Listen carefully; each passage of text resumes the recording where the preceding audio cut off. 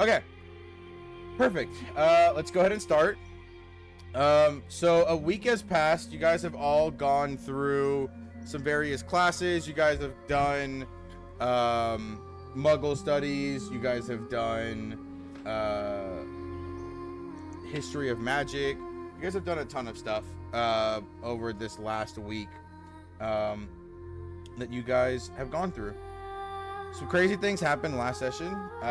We saw the emergence of Sebastian Shacklebolt becoming the first year in the last 2 decades to make the Quidditch team and becoming the youngest ever beater in Ravenclaw history.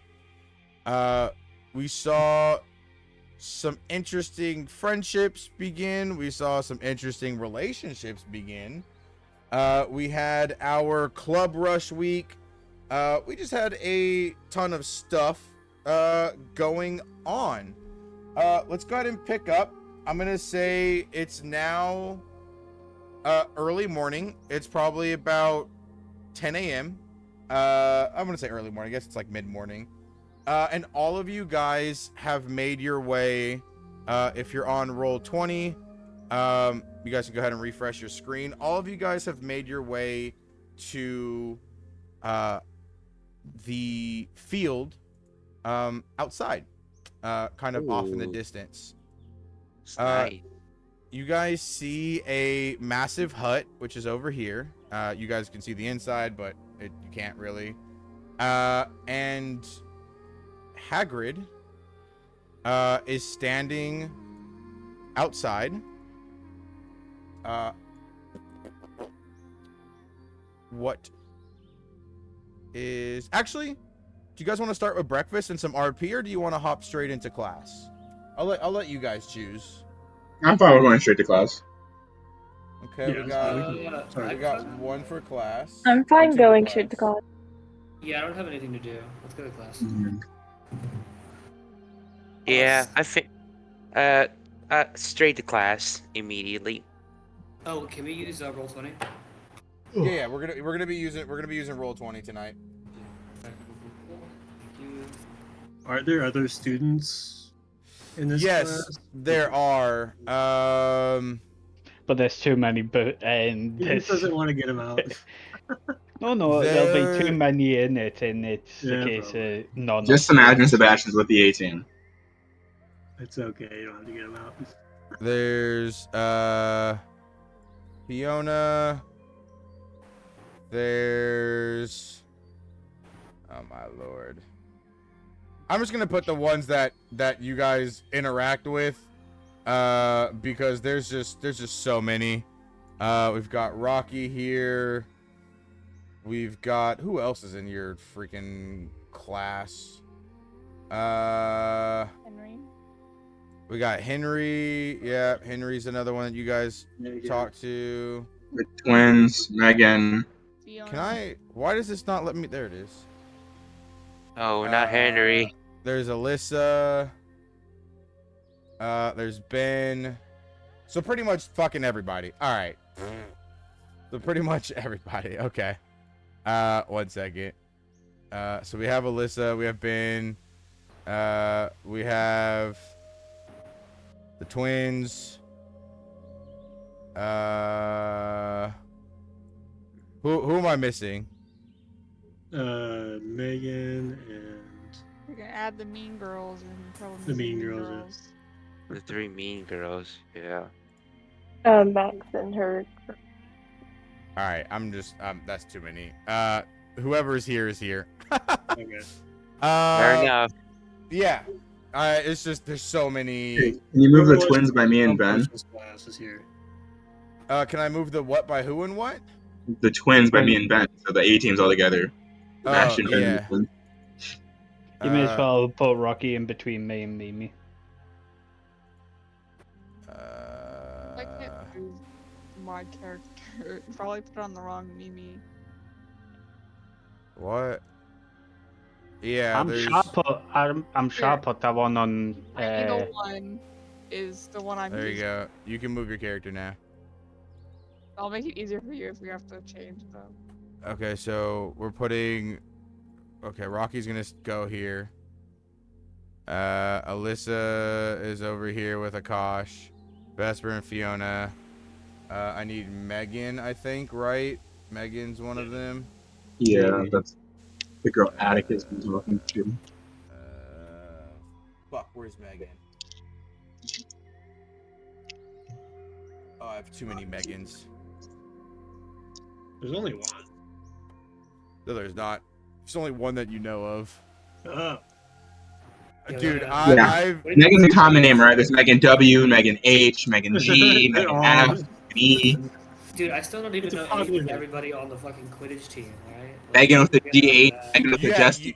you don't. So okay, so out of all of you, Sebastian's I only put the names and the images there for when you guys try out. But as of right now, Sebastian's the only one who knows who's on not only the Gryffindor team, but who's on who's on the Ravenclaw team. Because Oh, yeah, my Gryffindor scars team- faded. He's the only one on a team out of all of us. yeah, but he saw Gryffindor walking onto the pitch, so that's why he knows their team. The rest of you don't know yet, but I just wanted to throw all the names and images I mean, up with- ahead of time because it took a lot to make. Would When we know my, their names? Huh? Would we know their names is what I'm asking. Do we know who's on the team? Like, we know their names, right?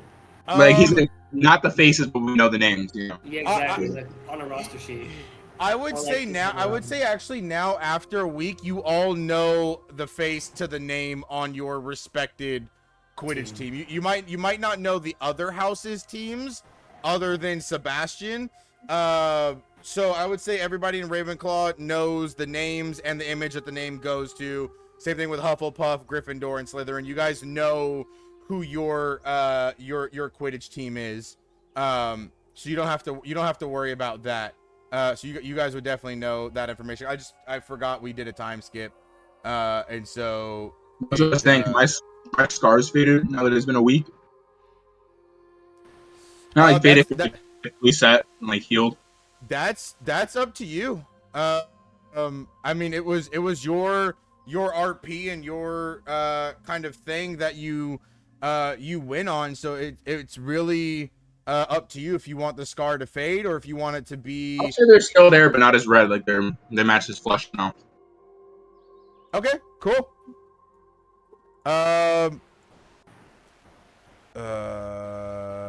You guys should not be able to see that yet. There you go. Okay. Don't worry, I wasn't looking. So. I looked for 1 second. and I remember that beast. It's a beautiful beast. Doing homework. It while is a gorgeous beast. Okay. Yeah, So, I'm the one that gave you that token as well. Fantastic beast. yes, you guys will be learning about a fantastic beast. It's not if I'm gonna be disappointed. No. What? No, It's not. I'm disappointed. That's it. It's not canon. Sebastian's favorite magical creature is the Niffler. Your audio is breaking up a bit. Lunar, just giving you a heads up. Alright, It's I'll like- fix it. It's like cutting in and out just a little bit. Okay. Better now. Yeah. Talk. Hello. I'm alive. It's still pretty robotic-y. Is it just me, or does anybody else hear that? Oh, I hear it too. Yeah, it's a I little hear bit it like- too. I mean, I can hear you. It's just it like gets robotic-y and then sometimes breaks up in between words. I'll see if me disconnecting and joining again. I'll fix it. Yeah, try that. Try that. Okay, talk. Where now? No, that's Same. it's still pretty bad. Getting a lot of background noise. That's Akash that has the background noise. His mic's like inside his shirt. No. Okay. How about- Alright, I have 2 fans going, okay? Like, my room is hot. I don't have AC. I have 2 fans going too, and they're both maybe. I thought it was my 3 feet fan. from That's me. why I turned my fan off. Yeah, mine is like 1 feet from me. Like, Okay. All right. right here. Can you hear Um, it? The background noise? I can't No, hear. Okay, is this good? It's not that bad. Yeah, that's better, Lunar. Okay, cool. Okay. It was a So- shitty, crisp noise suppression. Oh, it's. I had it on for my fans because I had like the loud fans on, but apparently I don't need it on because you guys can't hear it. Okay. It's now 10 o'clock in the morning. You guys head out. You head over to Hagrid's hut, kind of out in the rolling hills. You see as Hagrid standing out there, and as you guys come in, he welcomes all of you. And he says, right, I have a special treat for you lot. Wanted to kick this year off with something big now that I have Professor Pine Needle assisting me. And you don't see Professor Pine Needle anywhere. He's just mentioning the name. It's still pretty dewy in the grass. So the grass still has a moderate moisture to it. You guys are heading out, talking amongst each other as Hagrid's introducing himself, kind of giving you a little background about Hogwarts and a little bit of background on creatures. And Hagrid says, right, well, let's get straight into it. You see as Professor Pine Needle emerges from the woods over here, and not more than a few moments later, you guys see this like midnight sky blue snake slither out. It's massive. It's very big. But you see as the face of this snake is very human-like. You see that it has these sort of arms. They're not really they're humanoid in shape, but you see as they each hand has like 3 claws. So it's not really like a normal arm and hand. But you see as this creature slithers out, it's about 60 feet long. And you see as it slithers through, and Professor Hagrid says, right, can anybody tell me what creature this is? If you guys want, if whoever wants to answer the question, go ahead and roll me. First off, who wants to try and answer the question? That's probably where I lead. Akash will, because he's a gunner. Okay, so we have Akash wanting to answer. Anybody else? Or I could do it. Okay, so we have Akash, James, who else? Me, obviously. Mimi, for sure. So out of those 3, does anybody else want to try and answer the question? Nope. Okay. Akash. History? Or... Well, are you wanting to answer the question? Yeah. Okay. So Akash, Atticus, Mimi, and James. Roll me a d20. Whoever has the higher number is going to be able to answer the question first. Wait, isn't it animal handling? Oh, or like animal nature? No, we have a special magical creature. It's just Well, wisdom. first, before you make any checks, I'm gonna see who's going to answer the question first. So the 4 of you roll me a d20, and We had- whoever gets the highest number will start first, and then we'll go down in order. Really Can we not add me. dex since it's like raising our hand? Is, Sure, I guess. Yeah, roll me a d20 and add your dex modifier. So it's a plus 12. No, it's 12. My bad. 13. Mine would be a 13. Also got a Okay. 12. Oh, wow. Okay. So Iris goes first. Iris, roll me a what is it? A care for magical? I think it's a care for magical creatures check, right? If I'm not mistaken. Yeah. Yes, that's correct. It's magical creatures. Yeah. Go ahead and roll me a magical creatures check.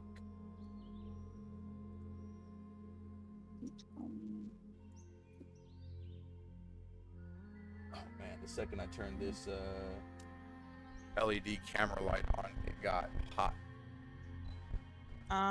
That's an 11. An 11. oh, yeah. on an 11.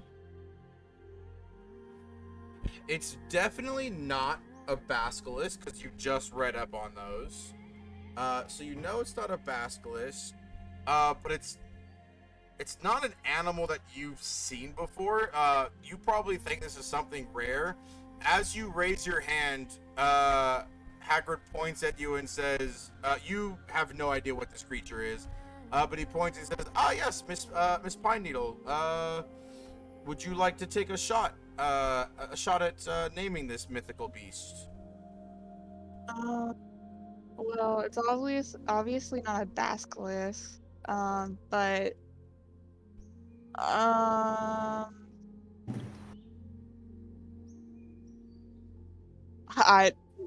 I don't know what to No worries, that's fine. We will definitely learn more about it, and we'll have a paper due on this creature.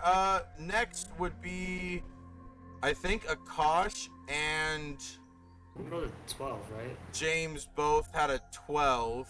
Yeah. Both of you just roll me a d20. Whoever gets the highest between you goes, because you both have the same dex. So usually that's how you split tiebreakers. 4. Noise. I might get lower. I didn't. I got an Oh, nat 20. Okay. Do I know it? Since everyone. I think it's fair. Akash, you see as Mimi's stumbling through, like you see she's in the right direction. She knows it's reptilian in nature. She was on the right path. You begin to rack your brain trying to figure out what this is. You studied a lot of mythological creatures just in your free time, since you I'm assuming Akash loves to read books, right? Yeah, for sure. Yeah. Loves to learn. Yeah, so you've gone through these books. You know, you've never seen one in person, but you've heard of, you've seen older drawings, you've seen paintings, you've heard stories, you've read lore on them. They're extremely, extremely rare creatures because of how high their intelligence is. They typically stay away from mankind. You are staring at what is called a ethereal naga. I raise my hand and I wait to be called on patiently. But it's like moving. It's like Hermione. Yeah, you turn and look and you see as James begins to you see the light bulb flick on in his head and he starts to raise his hand. Your hand shoots up and just begins vigorously waving. Hagrid turns and goes, yes, Mr. Singh, what do you think this creature could be? It's an ethereal naga. And he says it like loud and proud. You see as Hagrid can't help but beam with a massive smile. You see as he claps his hand as it his hands are like the size of fucking frying pans. He claps them together and they it echoes as he claps. And he goes, well, it seems we have a fine young mind in the realm of magical creatures. 10 points for Ravenclaw. Amazing. Yes, that is. I didn't expect somebody so young to know what a rare creature this is, but yes, everybody, this is an ethereal naga. His name is Sanguine. And you see as this being slithers up to you, Akash, and coils around you and Alyssa, as he kind of you guys are already standing together, but he kind of bumps you guys a little bit more as he coils around, and you see his massive head with this cobra-like hood rest on your shoulder. He says, Now, boy. Tell Wait, me. I understand it. He's speaking English, or well, yeah, English. He says, now, tell me how a mind so young knows of a being so old. Yeah, I read about you in like a random book I picked out in a library once because it looked cool. I thought it was interesting. I,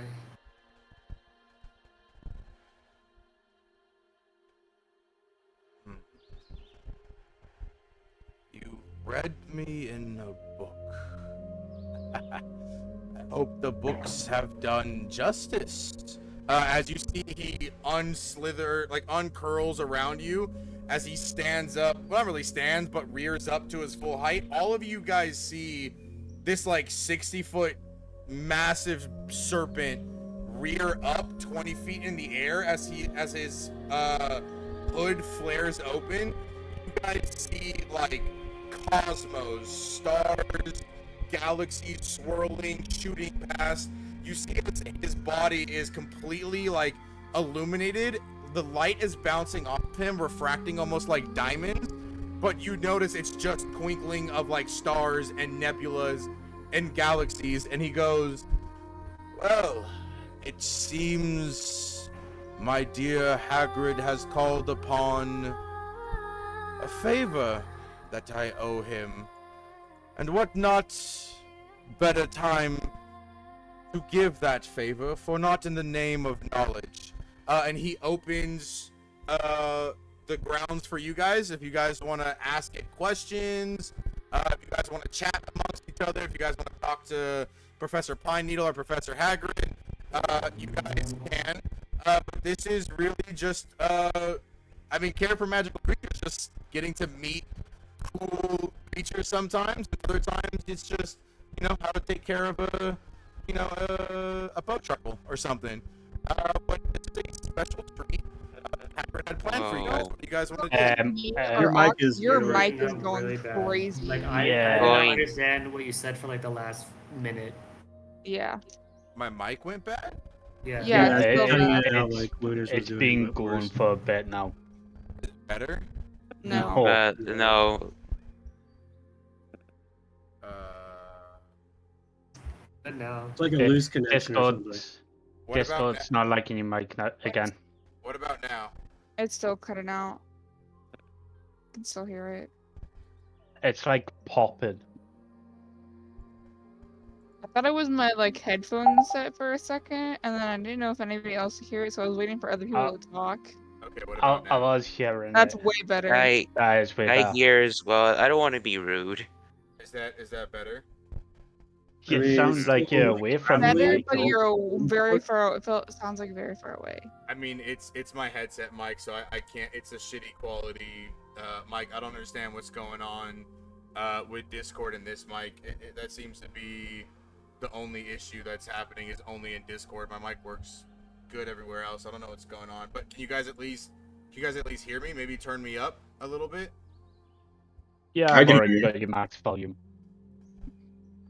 You've got me at max and you can't hear me? No, I can hear We you. can I've hear got you your just max volume softer now. than usual. Oh, okay. Yeah, I hopefully tried to have Max the whole time, and I could barely hear you. That's just You're you, you're at Iris. max for me, and I can hear you just fine. It's just fine starting out. I Don't don't worry know about why. it. Yay. Shit. so is it fine? Yes or no? Yes. I mean, it's better. Yes. Just have to turn it up a little bit. Yes. Okay. What if I do this? Hold on. Does this work? Oh wait, shit. Hold on. Oh fuck. I broke it. Hold on.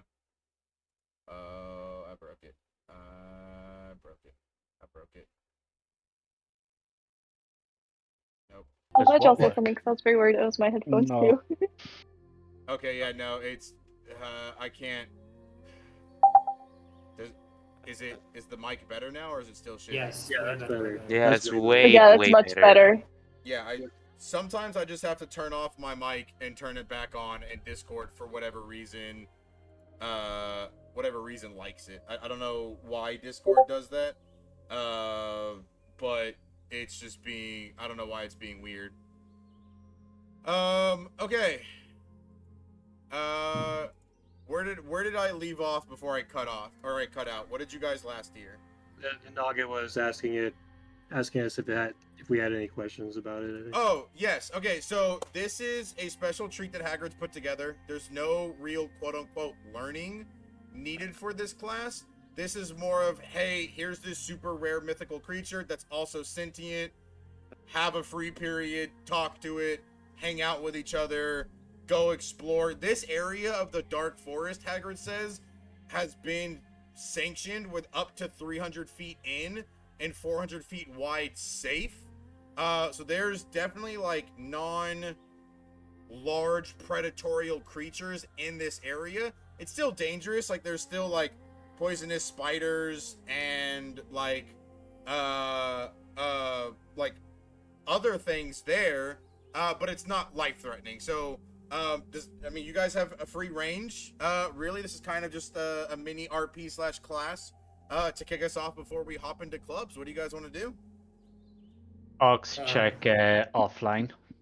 Can I go right up to Sebastian? Yes, 1 second. I need Mimi and Rocky. I'm Rocky. Duh, idiot. I need Mimi to roll me a perception check. And the bot should be, the /check should be working now. So you guys can do /check and do a perception. If it's not, I'll do a quick restart. It's working. Rocky got a 10. She doesn't notice shit. I need Klaus first to make me... do you try to avoid your gaze as that happens with your eyes? Yes. Okay, I need you to make me a deception check really quick. Yeah. Iris, you still need a roll. I understand that. I haven't put my check stuff in there, and so. If you haven't put your check stuff in, I don't think it'll be able to. That option right now is down. Okay, so you got a 12 plus what? For perception. No. 8 plus 4. Oh, you did the modifier in the /roll die. Gotcha. Okay. So both Rocky and Mimi don't notice this. Klaus, make me a stealth check now, and then I'll have everybody make me another perception check. If you want to, you don't have to make a perception check, but if you'd like to make a perception check, you have to beat an 11 to spot what Klaus is about to do next. Can I do? Or Anyone that wants to. Oh, okay then. Yeah, the case is right there. He'll take a look. Can do it too, or is that like? Yes, Mimi. This perception check. The first one was for something different. This is to see Klaus. Okay. Holy fuck! Shit. Jesus. I think at this point, the first roll is basically void for Zoe. Oh, you're like a god right now. What is going on? Atticus or Mimi, you don't notice shit. No. Atticus, you spot as Klaus begins to slink away. You turn and notice his movement walking away from Rocky as he's kind of like trying to move quietly and quickly. You spot him once he hits the tree line of the Dark Forest. You see as he bolts in a full sprint into the forest. I'll say on your nat 20, you can react right now if you want to follow him or if you want to stay where you are. Did I see something like that would have spooked him, or he was just slinking away from the class, and then once he got to the tree line where he thought nobody could see him, he took off in a full sprint into the forest. No one else noticed? Nope. Or no one else cared to check, but none of the professors, Mimi, or Rocky noticed. I tried to. But that didn't work out for me. Yeah, you see as Mimi Wait, can I notice? You see as Mimi turns. You see as Mimi. Well, I'm gonna say now. Mimi and Atticus were the only ones when I asked originally that said right away that they wanted to. He's already taken off, so you'll you'll know in a second that Klaus is gone, but Mimi turns around and doesn't even see Klaus anymore. But Atticus, do you want to chase after him, or do you want to stay here, or do you want to Atticus- alert somebody? Yeah, Atticus is going to go over to Mimi and say, I just saw Klaus run off into the woods. I don't know what's gotten into him. Should we go after him? He looks at him and is like, I'm gonna tell my dad. You stay here. And she walks off. Just doesn't say anything else. That's all she says. Cool. You head away from Atticus. Atticus, you choose to stay here. Where is Mimi going? She's walking is he- over to her dad, Professor Pine Needle, who's standing over here talking. I thought you said Pine Needle wasn't here. Pine Needle showed up with the Got- Naga. Oh, okay. Okay. So Pine He just Needle, goes over to her dad with her. Wait, can Yeah, I? what's Do I going on? see Klaus run off or no? You see Klaus isn't here anymore, but you did not spot him run off. Only Atticus was the only one that spotted it and has now alerted Mimi of it. Wait, can I make a roll for it is what I'm asking. I didn't roll. You don't need to make a roll. It's already happened. So you turn Okay. around from talking with Megan and looking at this Naga. You turn and see Klaus. Like, you do a quick scan and you know, oh, Klaus isn't here. But you also know Professor Hagrid said that you guys are more than welcome to walk the Dark Forest. So if he's not here, he Okay. probably went off somewhere. Okay, I don't care. Can I walk up to Sebastian? Cool. Yeah, you head over to Sebastian. Mimi will get to you and your dad, and Atticus in a second. You head over to Sebastian. What's up? Sebastian, how did you get on the Quidditch team so quickly? Yeah, so Ben, basically I was saying, oh, what's up, Cisco? How'd I get on the Quidditch team? Well, I went under one of the practices. Lysander was injured or whatever, and they needed a beater, and I was like, well, I know how to play beater. And so I played for them, and they thought I was good, and so they're like, you're on the team. And then my dad sent me a broom. Oh, sick. I mean, my dad has actually like worked on broom technology before, I believe. So, wait, he's like a. My dad, I think, exclusively works on broom technology. So, I would love to be able to like take a shot at it. I mean, I've been riding broom since I was a kid. I mean, I think I skipped tryouts. I'm kind of pulled apart of there, but Right. you, I guess, could. I don't know when tryouts are because I skipped them. But I could ask my captain. I could ask Wilcon when tryouts are. I'll let you know. I mean, I know when tryouts are. I'm just saying. Oh like, well, then I can think I go get for some it. workouts in? Yeah, no. But like, do you want to get some workouts in before tryouts, just so I can brush up on my skills? What's working out? Like just practice, cause like I mean, like listen, I'm okay on the broom, but I haven't really been like seeker, you know. So like, is there like, I don't know, some magic I can do? Like, can I just like cast a spell? You're not allowed to use magic in Quidditch, right? Okay. Like what I'm saying is, do you want to practice later? Oh, I might be busy. And like Sebastian looks over at Ben and the twins. But when I get back, sure, yeah. If it's not too dark. Wait, what you up to? Oh, saving the world, I guess. I don't know yet. All right. You don't know how deep the rabbit hole goes till you dig. What does that mean? You don't know the answer till you find it. And what exactly are you trying to find the answer to? Hobgoblins, mate. Hobgoblins. You were there. Oh, wait, no, you weren't. Huh. You all left. Well, he told us to. Yeah, I mean, people tell you a lot of things, doesn't mean you gotta listen to them. That's fair. We That's fair. we transition really quick. I just want to get through everybody before we break into full RP, so that way I can do some offline stuff as well. We switch back over just really quickly over to James. What question did you want to ask the snake or the Naga? Is it? Huh. James is asking, like, in a polite tone. So are you very rare to find or difficult to,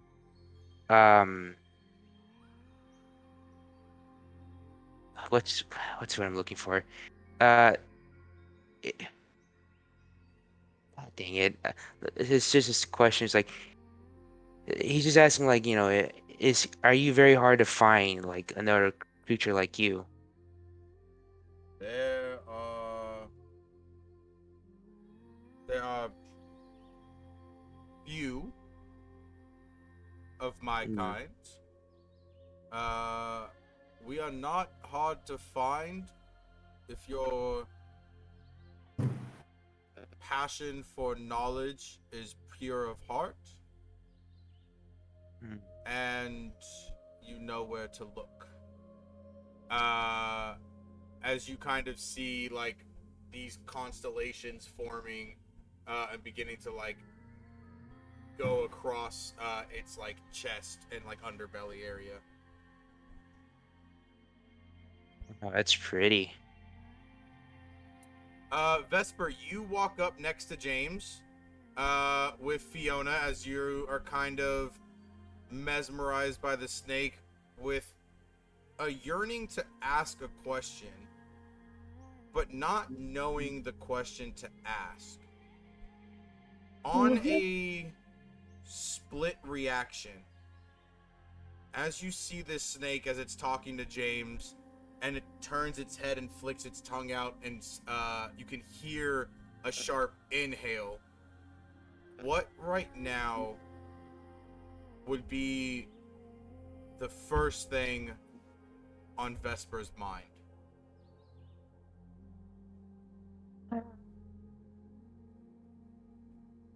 She is literally, her ring is like enchanted by the galaxies, and she genuinely just does not know what to say beyond, "You're very beautiful." As you stand there, kind of eyes widened by awe, you see as this being smiles, and you hear a voice back in back in your mind. Ah, it seems a mind as open as yours allows for easier communication. Thank you for the compliment, my dear child.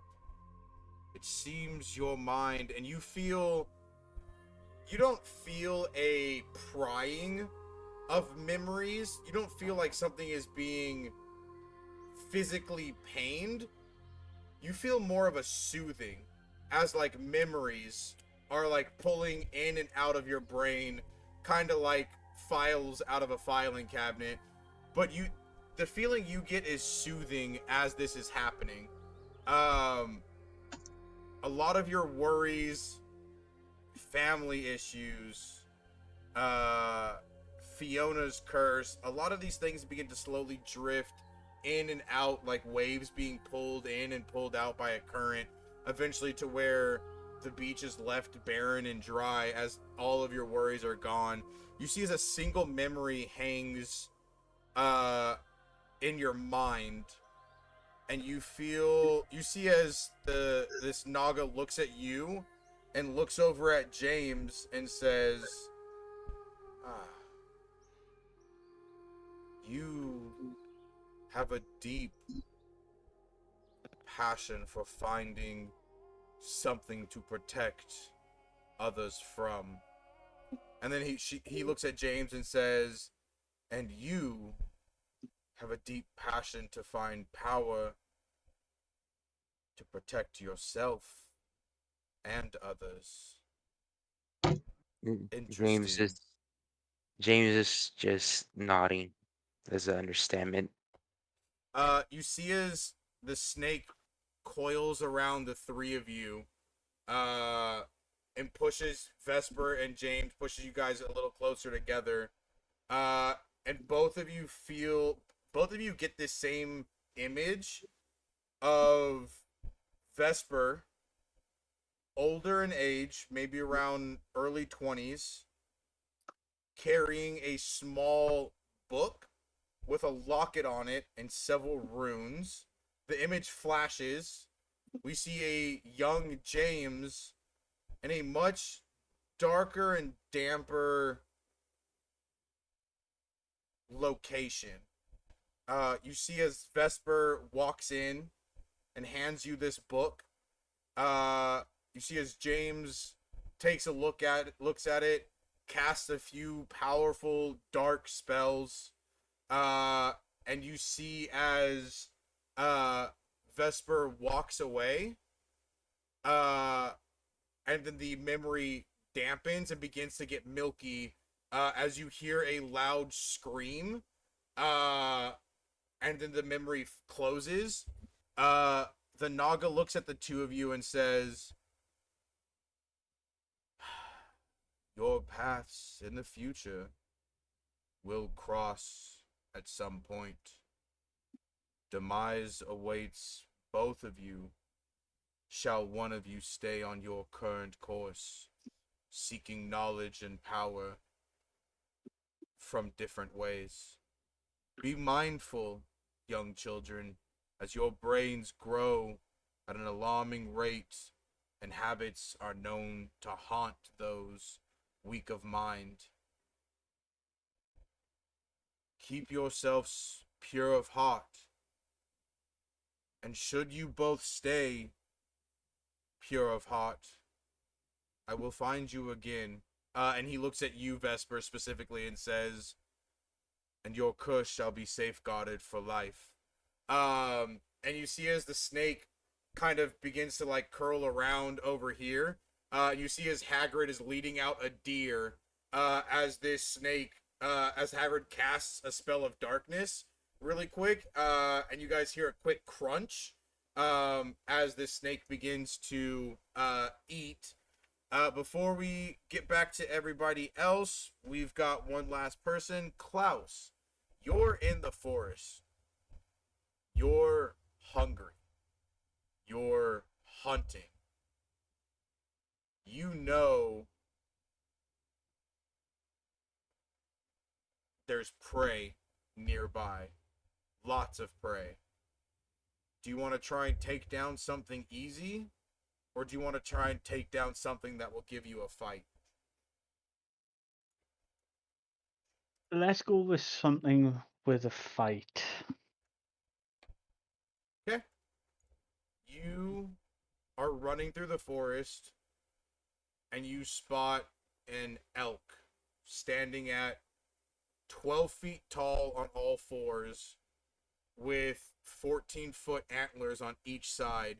You see this massive white frame with these giant golden cladded antlers as it turns and looks at you, and you see as it snorts. It's not necessarily cold out, but you see as this like massive cloud of steam comes out of this elk's nose as it snorts and stomps at you. What does Klaus do? Klaus licks his lips before running full speed towards the elk. You bolt heading towards the elk.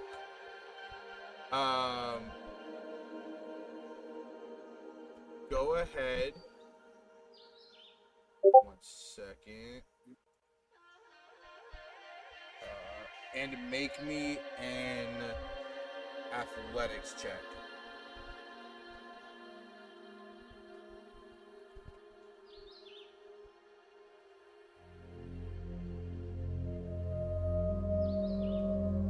You bolt towards this massive elk. You're able to close the distance very quickly. What do you do? You're on top of it. You're like right there.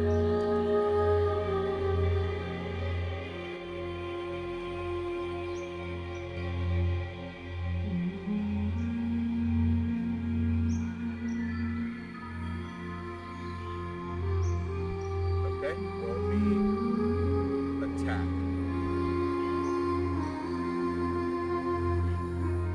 That's just going to be a flat D. 21. An attack roll. What's your? No, you would add your strength modifier to that for unarmed attack. So whatever your strength modifier Yeah, if that's the case, I'll do it as a check instead. is. Okay, that works. Just because I just realised I'm not signed in. Right, it's 13. 13. You lunge at this majestic creature. You rush forward, jump towards its neck. You see as it bears its antlers down, grabs you. You take 4 points of piercing damage as one of the antlers cuts through your thigh. It picks you up and it tosses you 20 feet to its left. It stands its ground. It doesn't charge at you, but you see as it lets out another snort and stomps its hooves. Everybody that's back at the class, you guys hear echoing through the forest a shriek. Not necessarily like, I don't know if you guys have ever heard what an elk actually sounds like, but if you have, it's that sound. If you want to Google it really quick, you can Google it, just so you know what it sounds like. But that's what you guys hear come echoing out of the forest. Klaus, go ahead and make another attack roll for me. Yeah.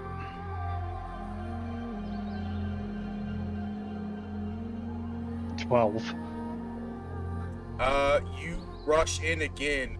This time it again lowers its head, and then turns last second and kicks you in the back as it sidesteps you and you slam into a tree. You take another 2 points of damage, bludgeoning damage from this creature. How are you looking right now? I'd tell you, but I can't get access to my character sheet at the moment. Oh, what? Is your doc hub not working? More the case that I just can't fucking log into it. Okay, how much damage did you take already? I think 6, right? 6, yeah. You did 2. 6? Yeah. Alright, I've no access. you're at 4 hit points.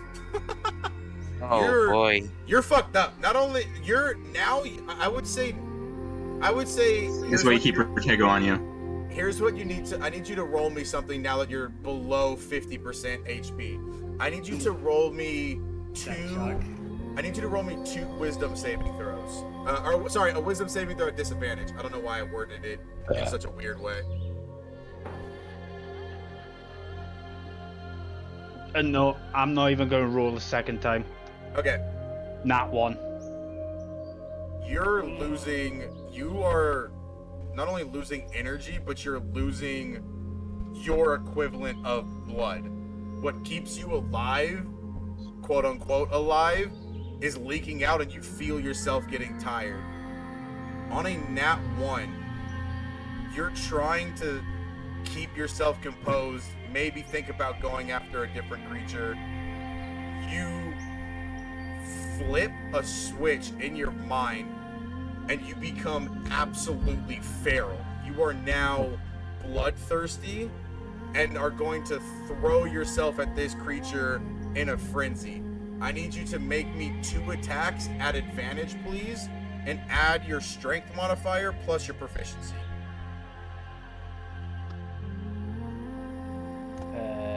And then we'll be swapping back over to Ben and Sebastian and Akash after this. So that first one's going to be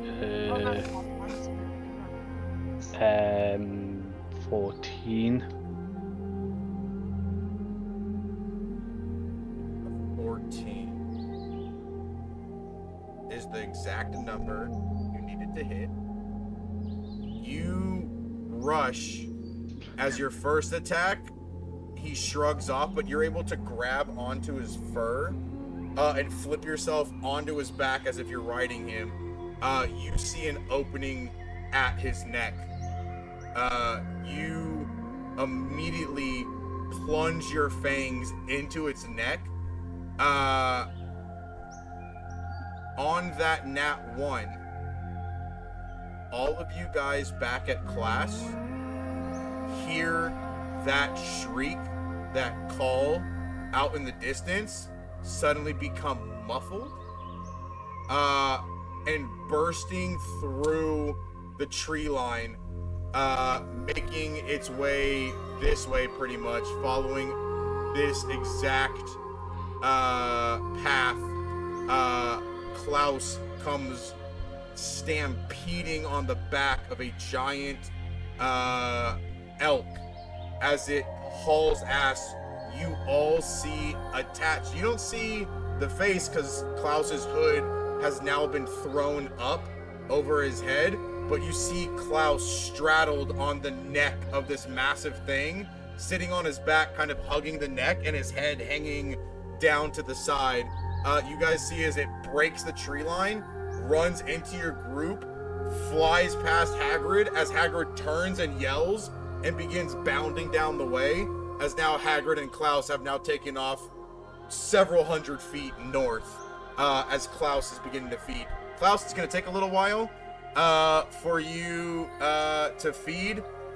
Mimi, really quick, Mimi and Atticus, you guys are talking to Professor Pine Needle about, I forgot what it was.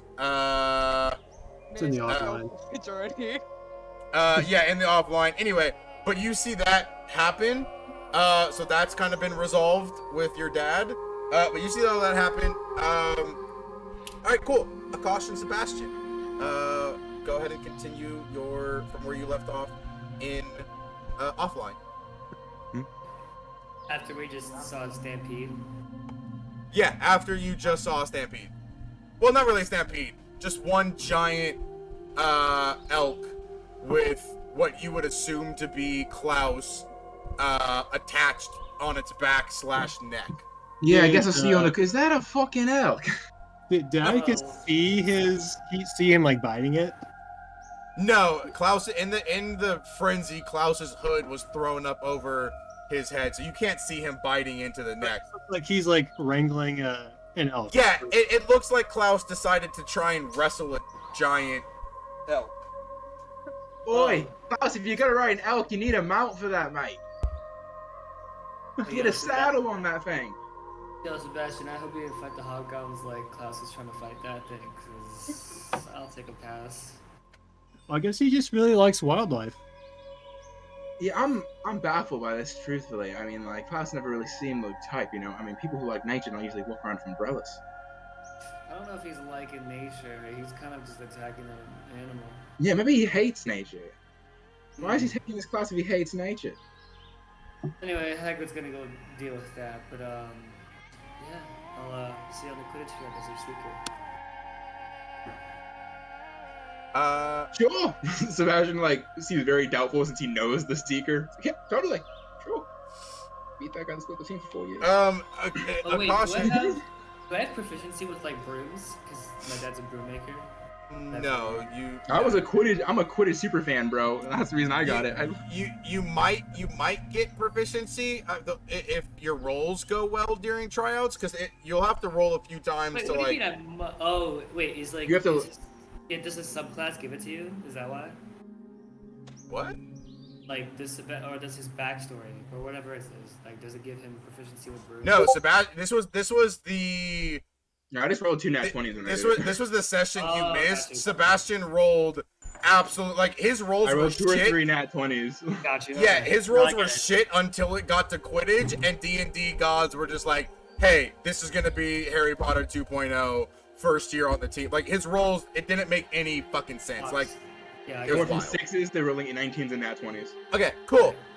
Sebastian and Akash, if you guys want, because Quidditch tryouts is next. If you want, Yes. you and Sebastian could, if Sebastian wants to, or you, it's up to you. I don't care who wants to go where, but either of you two can head off to the Quidditch field and get on. Akash, you can get on a practice broom and try and learn a little bit of flying Yes. before, like, you've taken flying classes, so you know your way around, but Quidditch is very different than flying classes. So if you want to go, you can head out there and start practicing.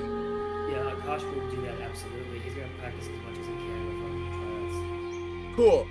You head out there, make me 4 athletics checks, and then just hold. No, athletics. Make me 4 athletics checks, and then hold on to those outcomes for when we transition over to tryouts.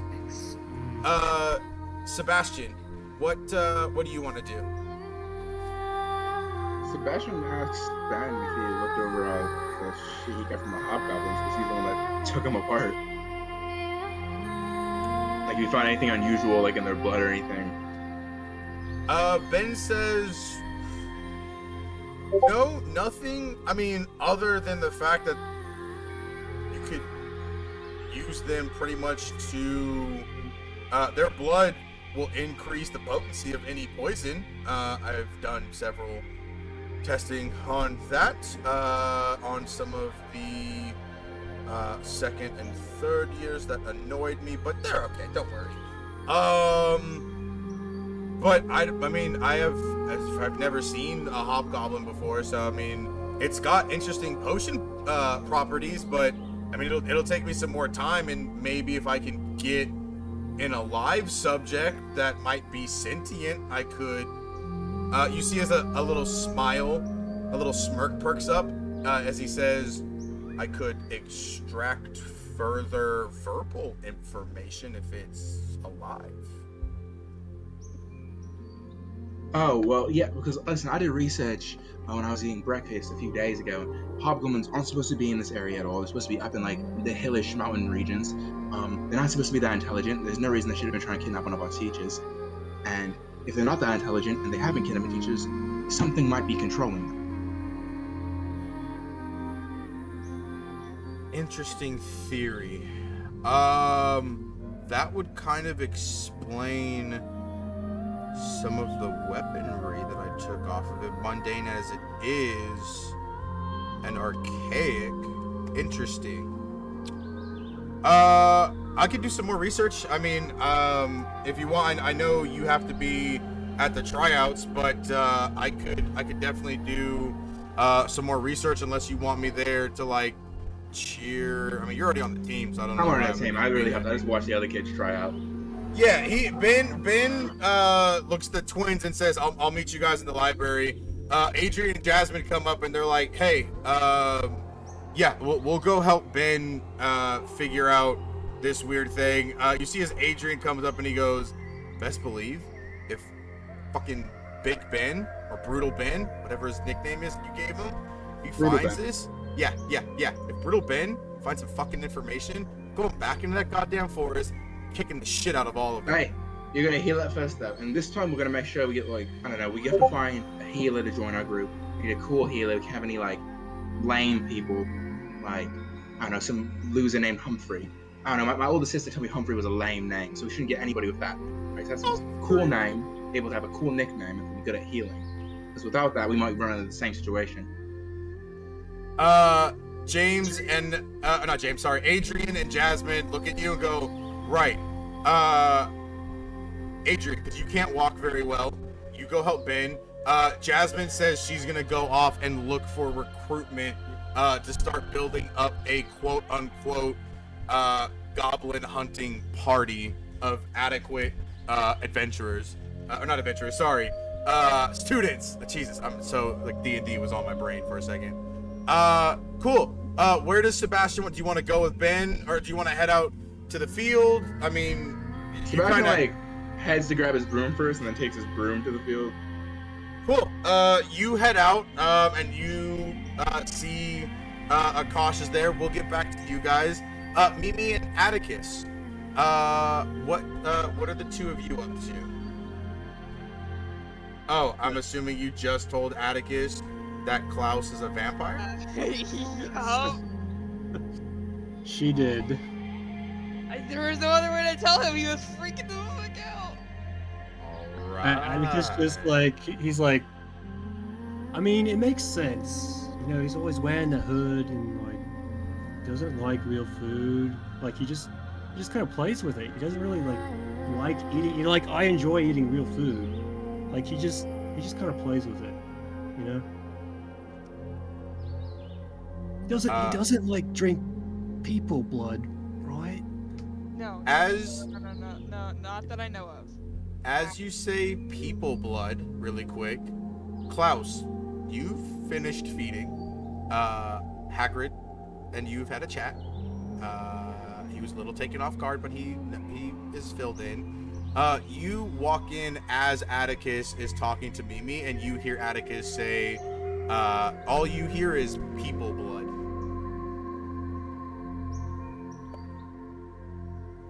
You hear from Klaus. Mimi!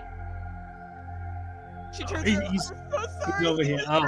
Questions. I'm so sorry. She gets Gosh, literally dang off it, the ground. Klaus, I'm so sorry. freaking scared me, man. What the hell? Seriously, Mimi, I told you that in confidence. No, but he's not worried and he's not scared, is he? He's only scared about your health. Yeah, I was worried about you, mate. I'm fine.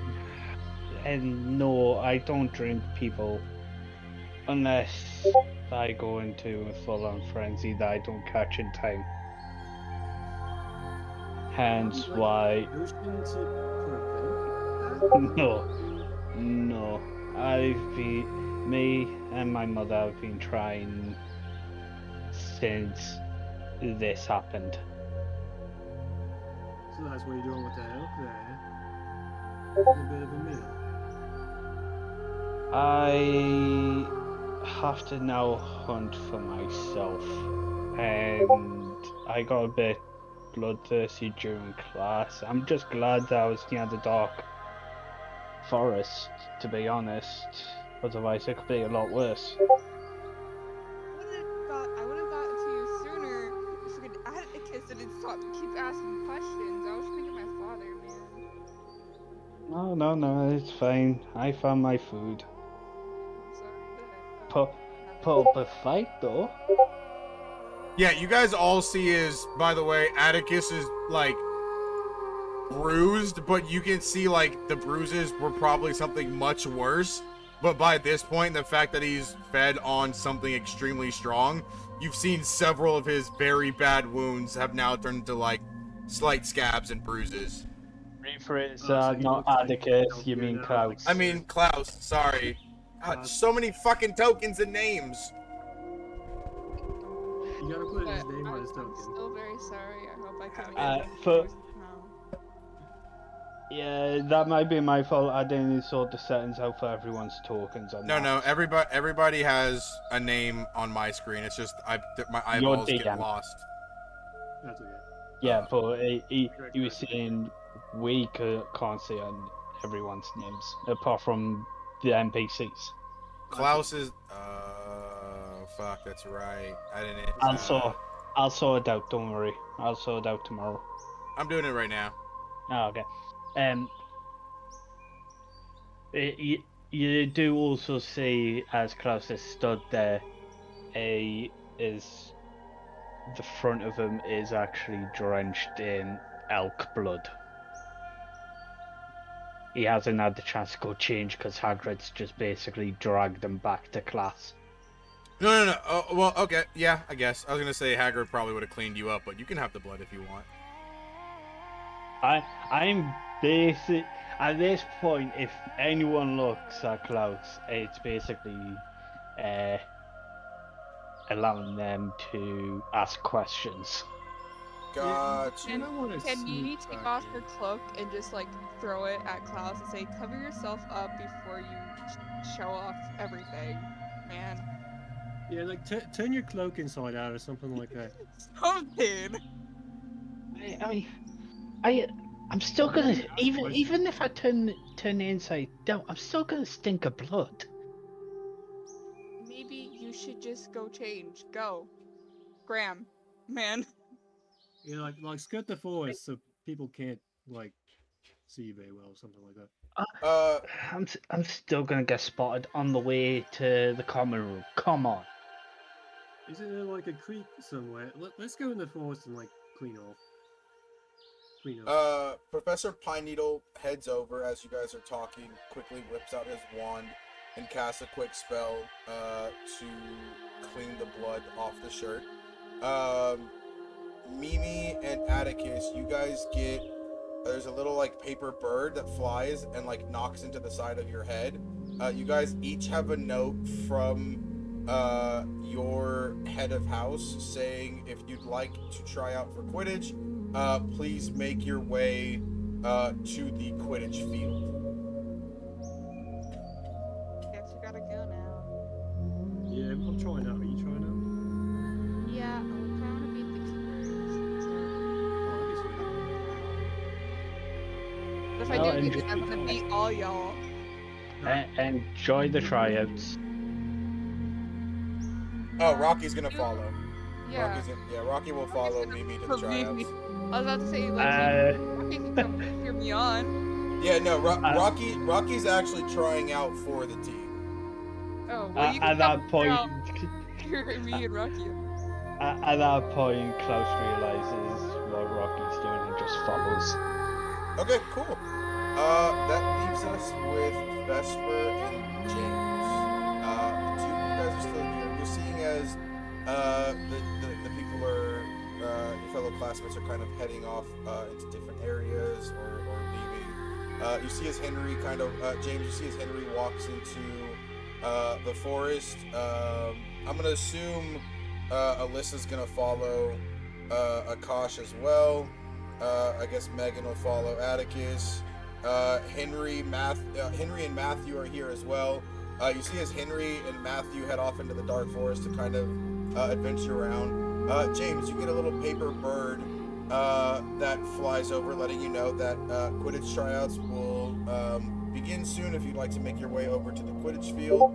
Is there anything you want to do specifically in the meantime? I mean, you've got some time before practice starts. Do you want to ask the Naga any other questions? Do you want to talk to Vesper? Do you want to head into the forest? What would you like to do?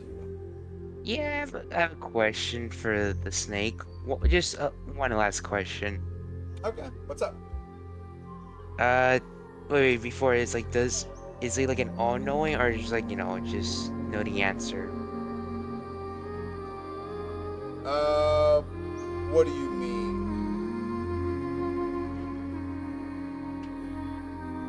How old is the snake and is he? Yeah, that's basically it.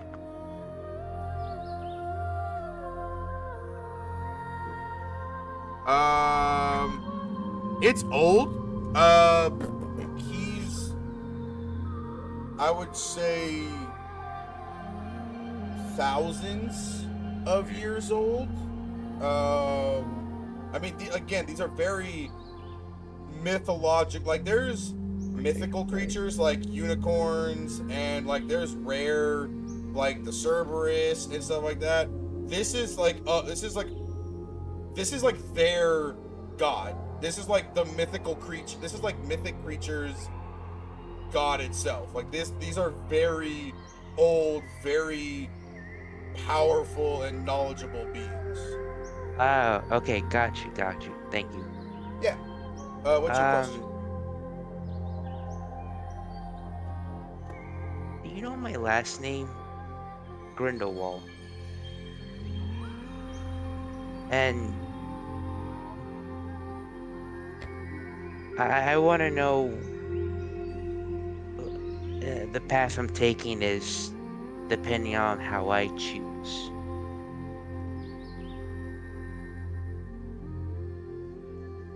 You see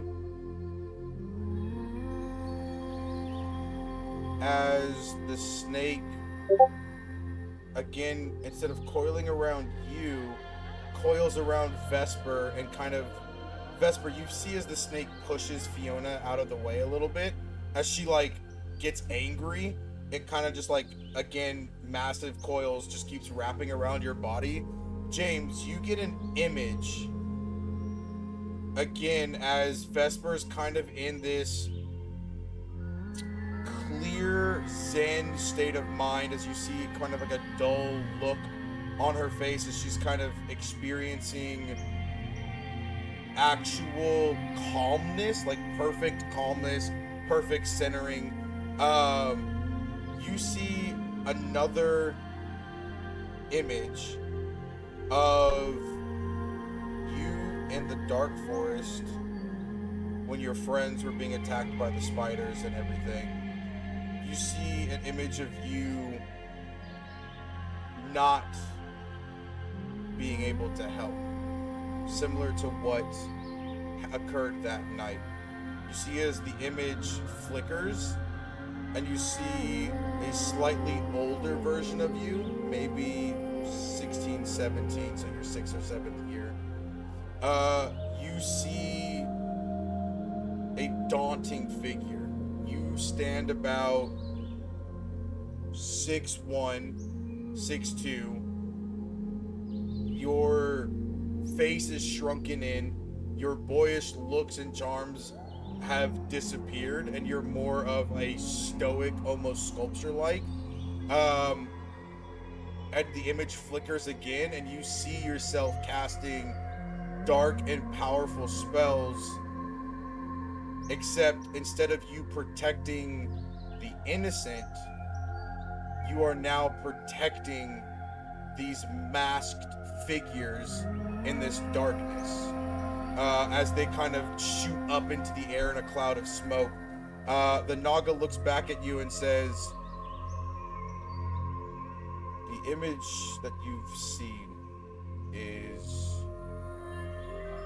nothing more than one of the billions of tendrils of time and futures that can happen. Where you go and what you do depends on a decision that you make relatively soon, my dear child. I wish not the burden that you hold on anyone of weaker soul. The image I've shown you is if you fail, you'll know when the time comes, and the choice will be yours to make." And Vesper, you feel as that interaction happens, a sudden flick in your brain, something turns on, your brain powers up, you begin to feel energized and excited about something. You get a flash image of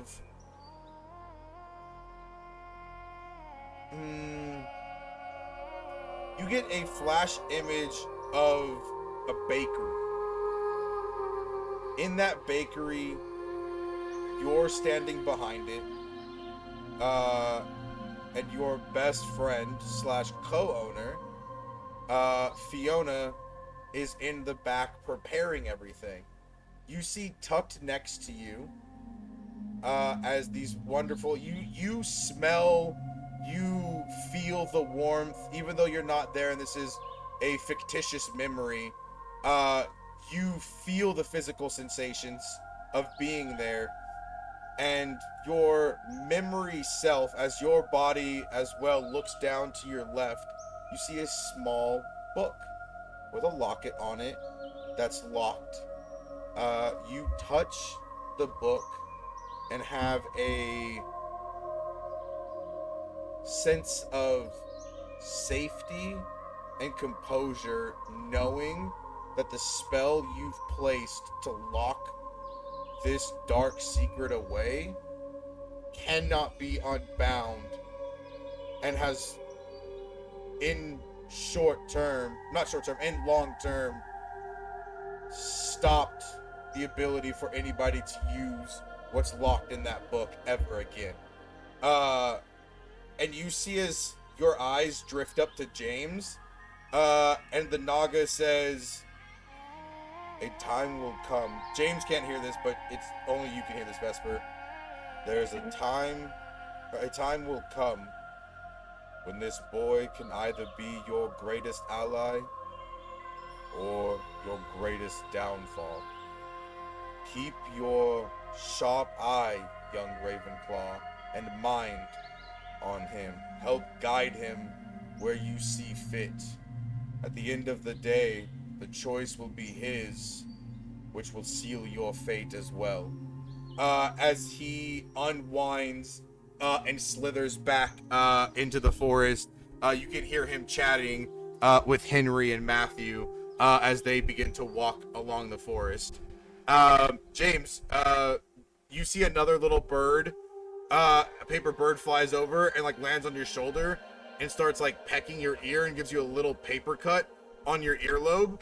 Ow, ow. You like try to shake it off and then just grab it. And it says, Quidditch trials will begin in 15 minutes. Please make your way, if you so choose, from the sign-up board to come to tryouts. Do you want to make your way over to the Quidditch field? Yes. Cool. You head over. Vesper, that leaves you and Fiona there. As soon as the snake wanders off and goes into the forest, you feel that calming sensation subtly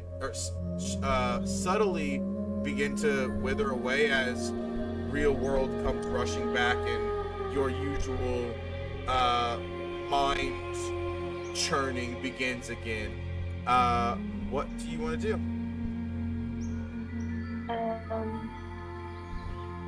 So I think I'll turn to Fiona and be like, what do you think of all that just happened? Did you hear or see anything?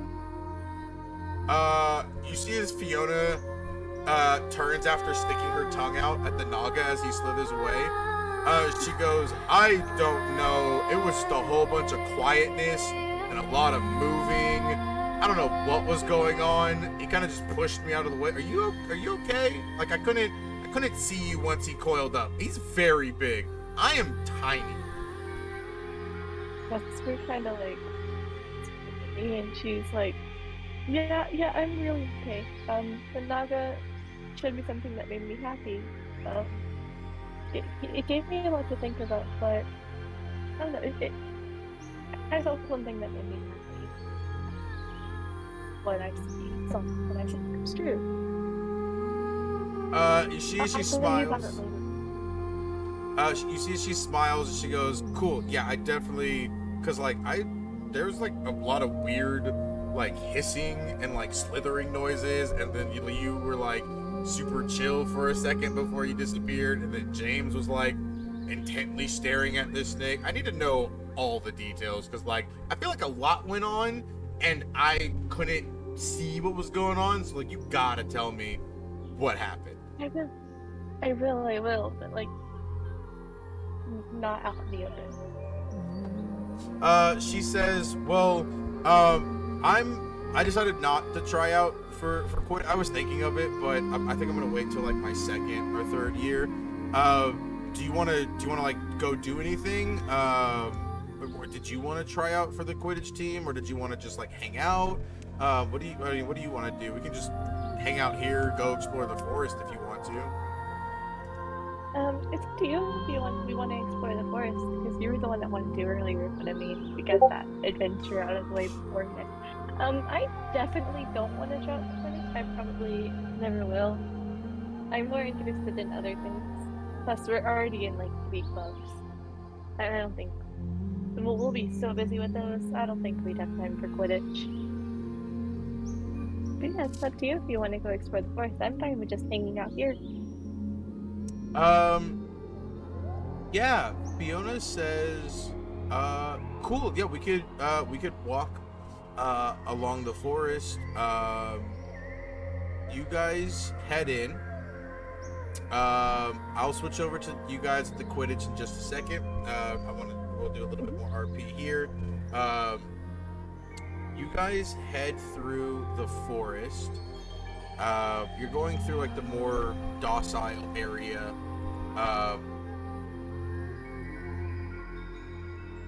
Sorry. DMs are going crazy. You don't have to look at it now.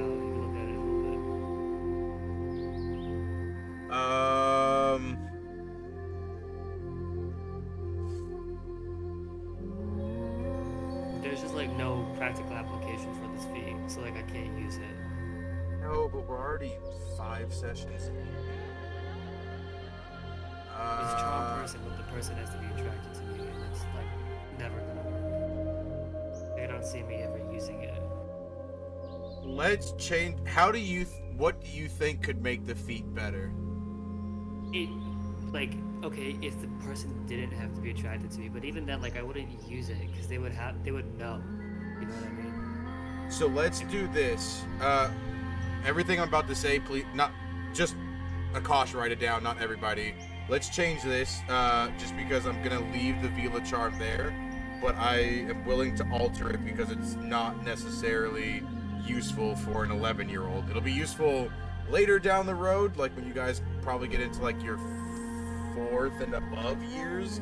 But right now it's not useful. Just know you can't change it back to, once I change it from they have to be attracted to you, you can't change it back once it goes in the future. Okay. Well, hold on. I was curious if I could just get rid of it, because in another innate skill I can get is skilled, and like after, like I've been wanting this from day one, so like can I just change So it why to didn't you skilled? pick that one, you goober? Because I picked the other one, and then I was like, oh, this is actually better. I just change it. Like I'll just straight up change it, and I'll never go back. For first skill, because it fits a Kosh better, because he's someone who like reads a lot. No, Vila. Vila charm is your innate feat. So Yeah, you have to pick. No, you have to pick one of these. So you either have to pick Goblin's blood or Giant's blood, Goblin cunning, Metamorph magic, Parcel tongue, or Vila charm. Those are innate feats. So you have to pick one of those at level 1, because you can't take any of those innate feats at all when you level up. So your Vila charm's an innate feat. So we can either work on it later and change it up a little bit, or you can change it to Metamorph magic, Goblin cunning, Giant's blood's you're gonna have to rework your entire character for Giant's blood. Goblin cunning, you won't really have to rework anything, but you're gonna be tiny as shit. You'll be like Ox. Lycanthropy and vampirism are not innate feats, and they're not. They're not. They are feats. standard feats. Right. So like, how did those two get up? Is what a good question. I don't know. I didn't make the book. This was already made before I did it. But Giant's blood, Goblin cunning, Metamorph magic, Parcel tongue, Vila charm. Those are innate feats. Though one of those have to be chosen. So you don't really have. What did they choose then? What do you mean? What they choose? So wait, they get like Parcel tongue and can be a lycanthrope? Interesting. No, I don't have Parcel tongue. Well, do you have metamorphic magic, goblin cuttings, or giant's blood?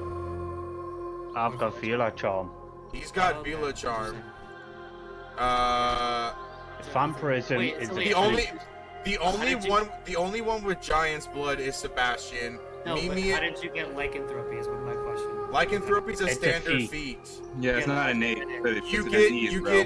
get one innate feat. We went over this in session 0. You're and born several as a times goblin, before. a giant, or Vila. Hold You're on. transformed into a werewolf or vampire. So that's No. That's mechanic wise. In the game, in the rule book, you take one innate feat at level 1 and one standard feat. And I was thinking why the monster things were standard feats, because Exactly. Innate feats have to be chosen at level 1 because you can't pick other innate feats as you level up like you can a standard feat.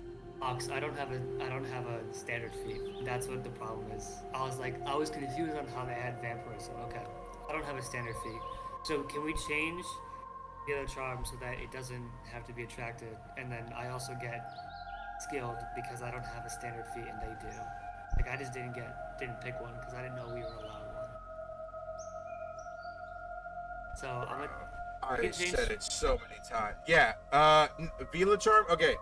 Here's how Vila charm's gonna work. So the charm person spell, they don't know that they're being charmed, and they have disadvantage on their charisma saving throw. And they don't have to be attracted to you. This is just something that you can innately make somebody temporarily attracted to you, so that way you can quote unquote charm person and do the spell. So that will be your Vela charm from now on, and then you can go ahead and pick your standard feat. Got you. All right, we're good. Okay. Vesper, right? Yes. Okay. You guys are heading through the forest. And Fiona is kind of just walking around. And then you see as she stops for a second, and she transforms back into her half troll form. The spirit's like, oh, all right. Do you know why you transformed this time? Like, were you feeling anything? She stops and kind of grows rigid a bit. You don't even have to roll a perception or insight. You can see her eyes are starting to tear up as this, like, silvery liquid begins to fall from her eyes, and she says, the Naga, I don't know, I don't think he showed the same thing to everybody, but I think, I don't think this is a curse, really. I think I'm just gonna be this. I've been working on controlling the curse so much that I never stopped to think about all the, like, extra cool shit I can do. As you see, she, like, punches a small tree and literally snaps it in half. She goes, look, see, if I was this when I was dueling Sebastian, I could have knocked him on his ass easily, but I didn't because I thought people would call me ugly. Vesper like gasps in awe. She's like, holy shit. Oh no, there's that Greek. She cusses in Greek, and then she's like, that was so cool. And yeah, I think you would have whoop smashed his butt if you had been in this form. But I don't think you're ugly at all. Oh, thanks. You see, like, this very toothy smile. Her face is very, like, her upper face, right, from, like, upper lip up, is, like, very, it's not, like, trollish, per se. It's very, like, mythical, but her lower jaw, you see as it extends forward a little bit with the tusk growing up. So she's not, like, she's not, like, ugly, she's just weird looking, but she does have, like, long, like, leathery arms, like, troll hide arms. She says, I think with what has been going on, I think well, okay, don't be mad, but your Gigi sent me a letter. See what? You see as Fiona goes, shit. Okay, don't be mad, but I'm not mad. You just sent letters to someone besides me? She pulls a letter out. See that the wax seal on the back is Gigi's initials and her house crest. And Fiona shows you the letter signed. You see Gigi's signature. It says, Dear Fiona, I have eyes everywhere, and I've seen you and my daughter have become best friends. I've also seen your little predicament. Now, whatever your relation with my dearest Vesper, please know one thing. If you can turn into that weird little cool troll thing and beat up all the boys that are mean to her and everybody else, that would be super awesome, and I will make you delicious cookies and send them to you all the time. Love, Gigi, Lena. And Vesper or Fiona just goes, so that's kind of also another reason why I'm gonna just be this from now on.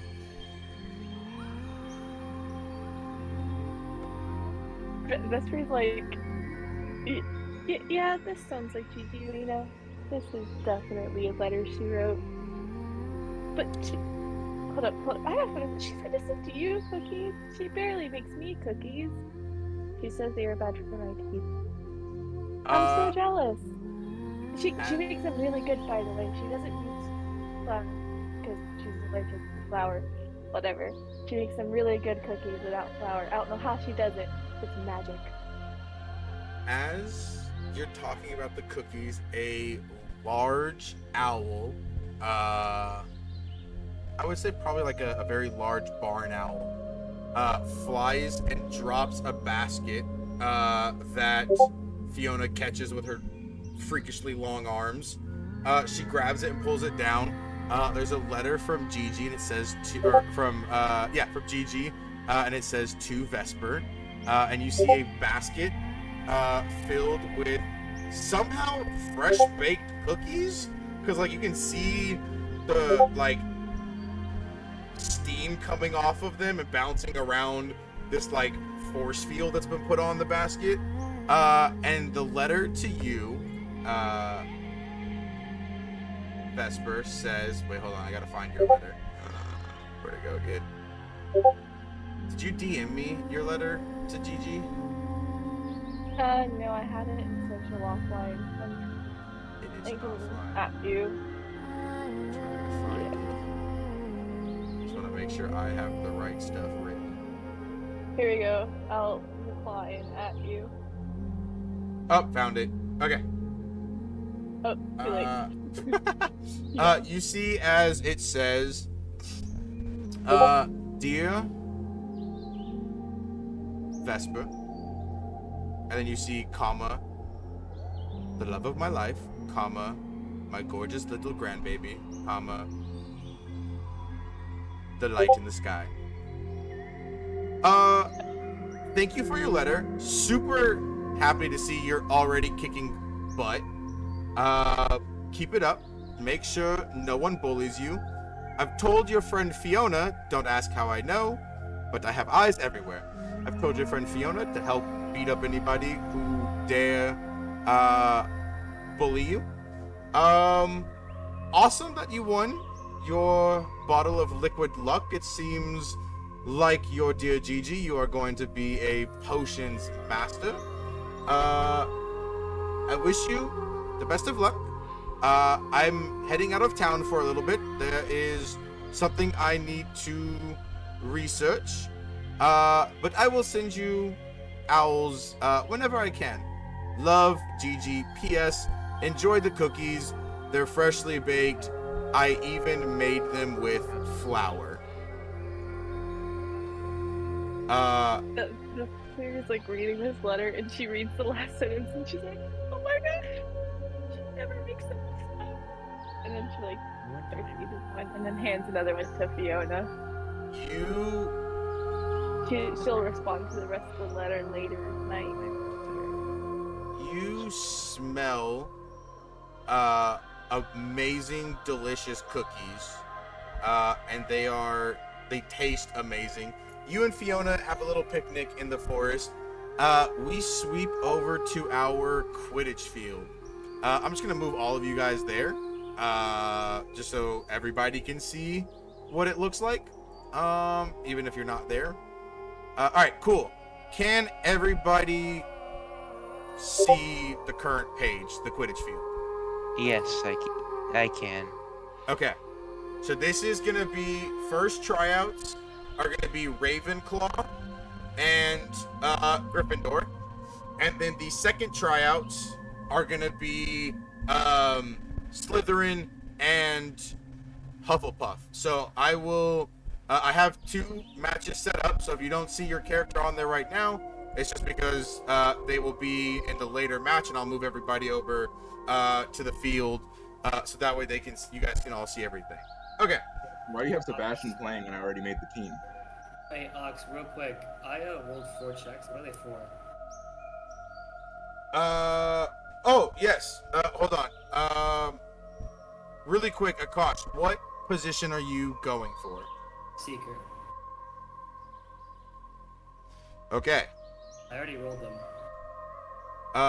What did you roll on your acrobatics checks? I'm adding a +2 because I chose these skill features now. I have proficiency in acrobatics. I think deception and what did I choose? Acrobatics, insight, and acrobatics, insight, and deception.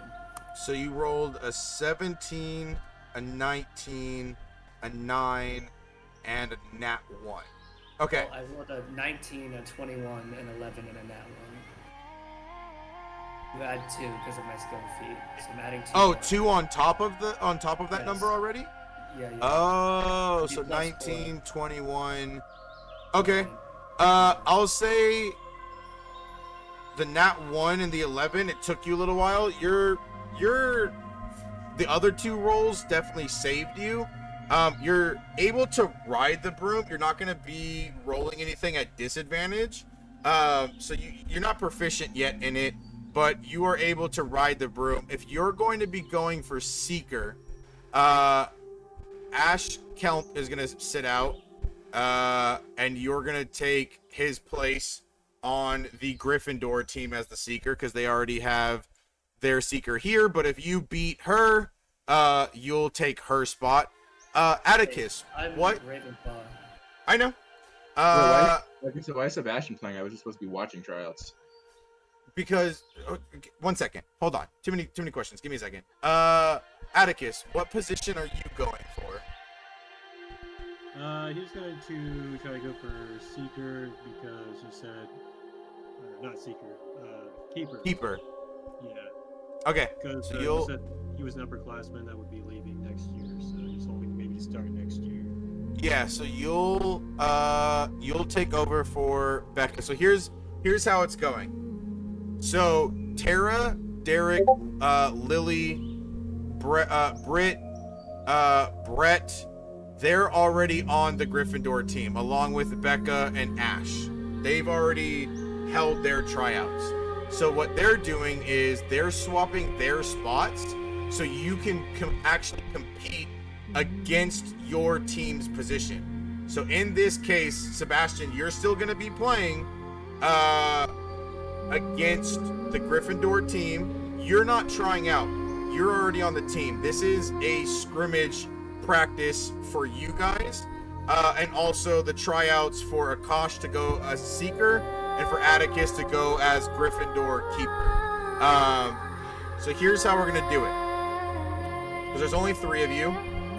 Sebastian, I'm gonna ask you now, do you want to go on autopilot, or do you want to actively try and run interference with Atticus and Akash and the rest of the Gryffindor team? Sebastian doesn't give a fuck. I'm busy thinking about hot and stuff. Okay. So I'll just run you autopilot. Cool. Akash and Atticus. The 2 of you, can you roll me not advantage? Roll me initiative, please. Okay. Initiative at advantage.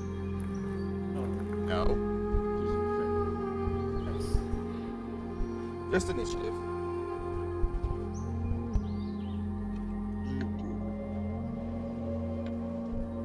That's a 4. Sorry, I forgot to add the. So you said me too, right? Huh? What?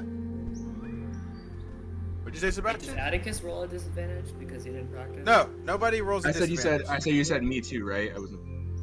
No, you're autopilot. So Okay, cool. yeah. That's why I was asking you if you wanted to actively play, or if you wanted Sebastian to kind of just go autopilot and be smacking bludgers around. Yeah. Like I said, Sebastian's like back his mind's like, okay, so who could be controlling the hobgoblin? So, oh shit, blood. Okay, cool, sweet. Okay, so Akash got a 2. That's not your initiative, guys. What happened here? That's my initiative. My initiative is a 4. Yeah, I was gonna say, don't you have like, don't you guys add +2 to initiative Yeah, right you now. guys should have a Yeah. +2 to initiative. I said add +2 because I forgot Allie gave it didn't. Okay, so you've got a 4, and Atticus has 11? Yes. Okay. Cool. So I will call on you guys when it's your turn to act. The others are gonna go on a unit movement. So with Atticus rolling higher, Gryffindor will start with the ball. You guys see as the quaffle is released, Lily grabs it, Derek shoots off 30 feet this way, she shoots back this direction, Britt heads this way for a pincer, you see as Spencer moves this way for defense, boom, boom, beaters begin flying around,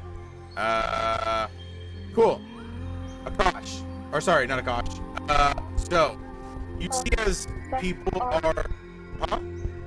Your, I think your mic is messing Yeah, up you again. got staticky again. Sorry to interrupt, Kevin. Oh, no worries. Is it still shitty? It's better. A little bit. Yeah, it's like I can hear you fine. So What You're about? fine. And We're What you about now? say a full sentence. Oh, that's much better. Is this better? much better. Yeah. Yeah, that's better. Okay.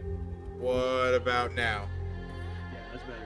Okay, Yeah. A cool. lot better. I think it has to do with my wire. I think something's weird when I fully extend my mic. I'm not really sure what's going on, but moving the mic seems to be making it better for you guys. So that's weird how it's still only Discord, but strange. Okay.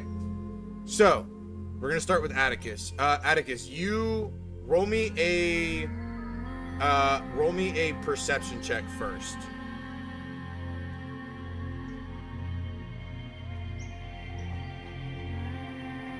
Yeah, perception check. What happened to the music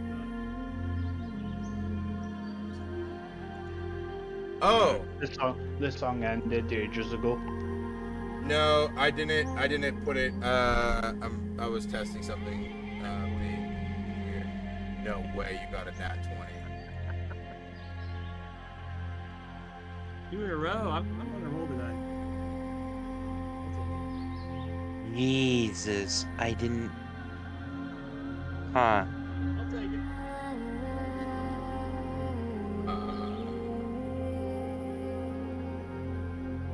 Dice gods are feeding Zoe very nicely.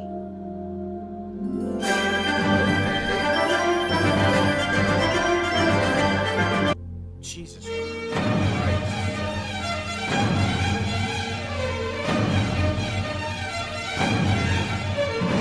Yeah, I'm again, nat 20s aren't supposed to happen during Quidditch, and so I'm scrambling to do things. So he sees it, right? He just sees the snitch. Like that's just what happens.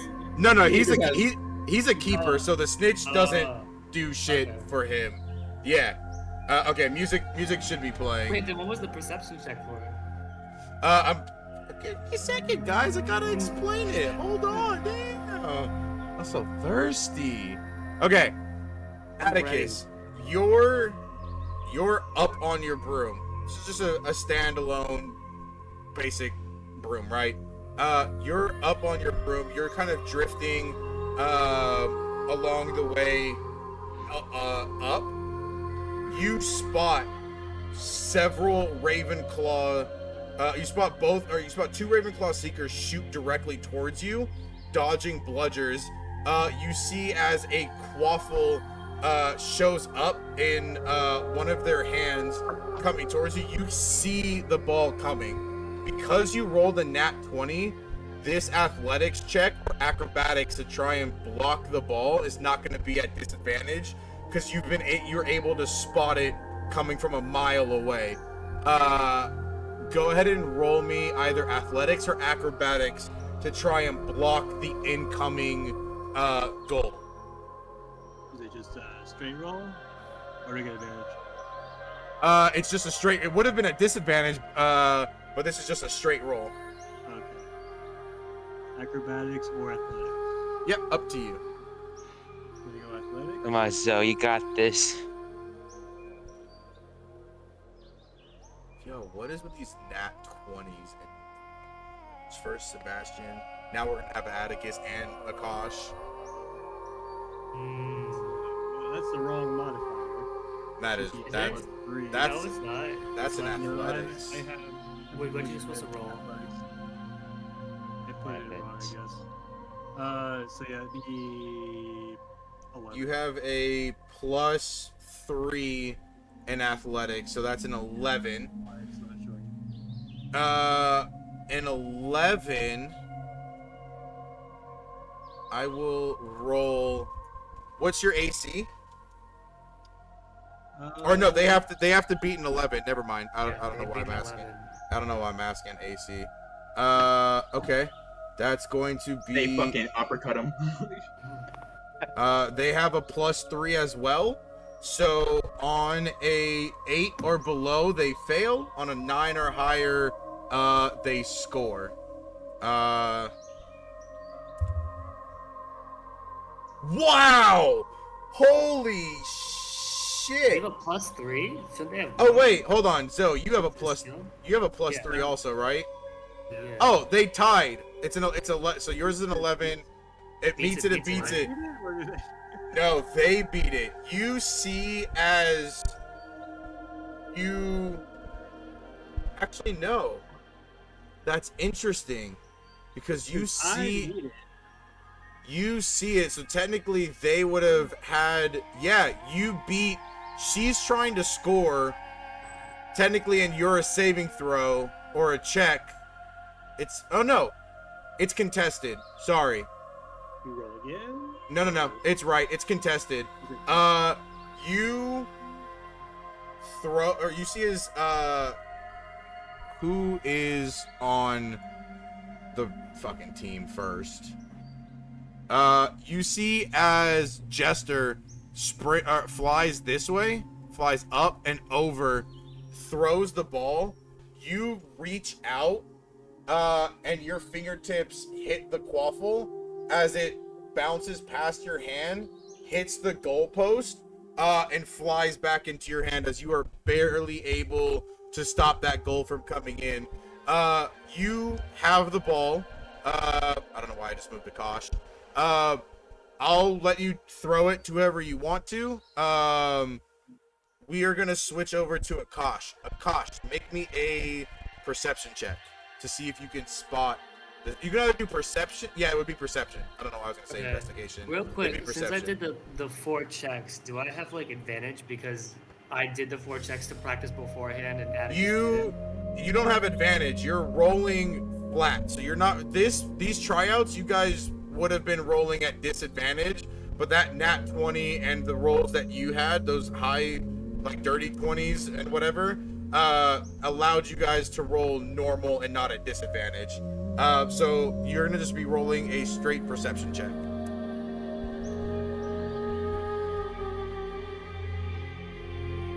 So that's 20. And then I gotta do a perception check for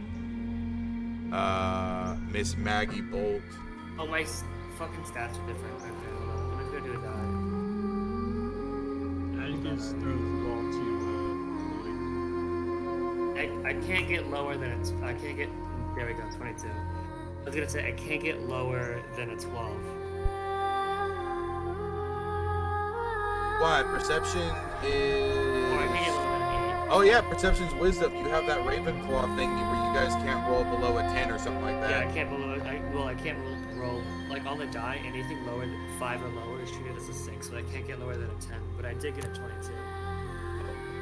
22? Yeah, you roll a 92. Wait, why is it +4? Your character sheet only says +2 on perception.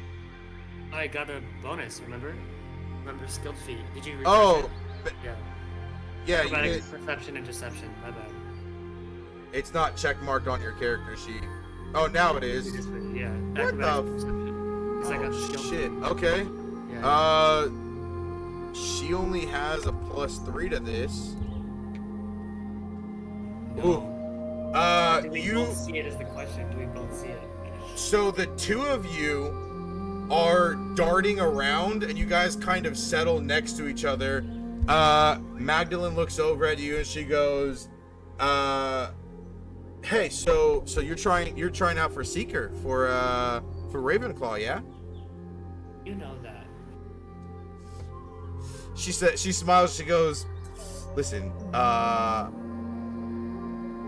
hope I hope you do well.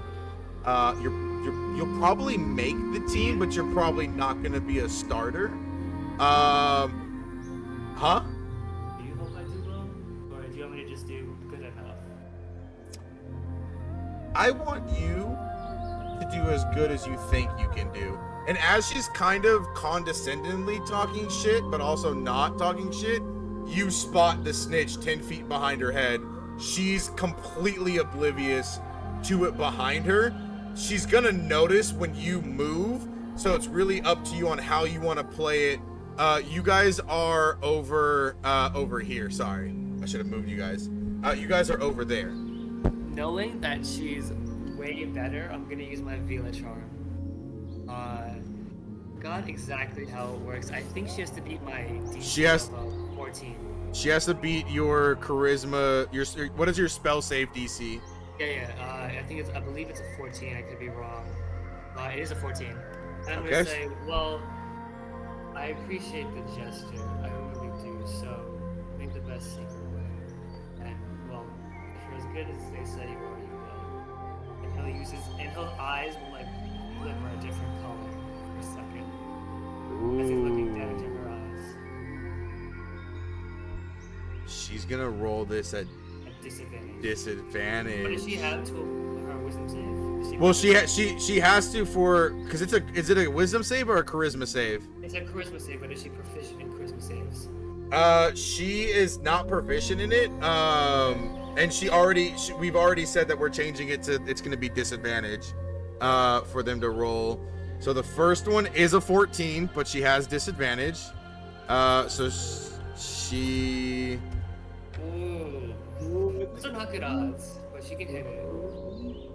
Shit.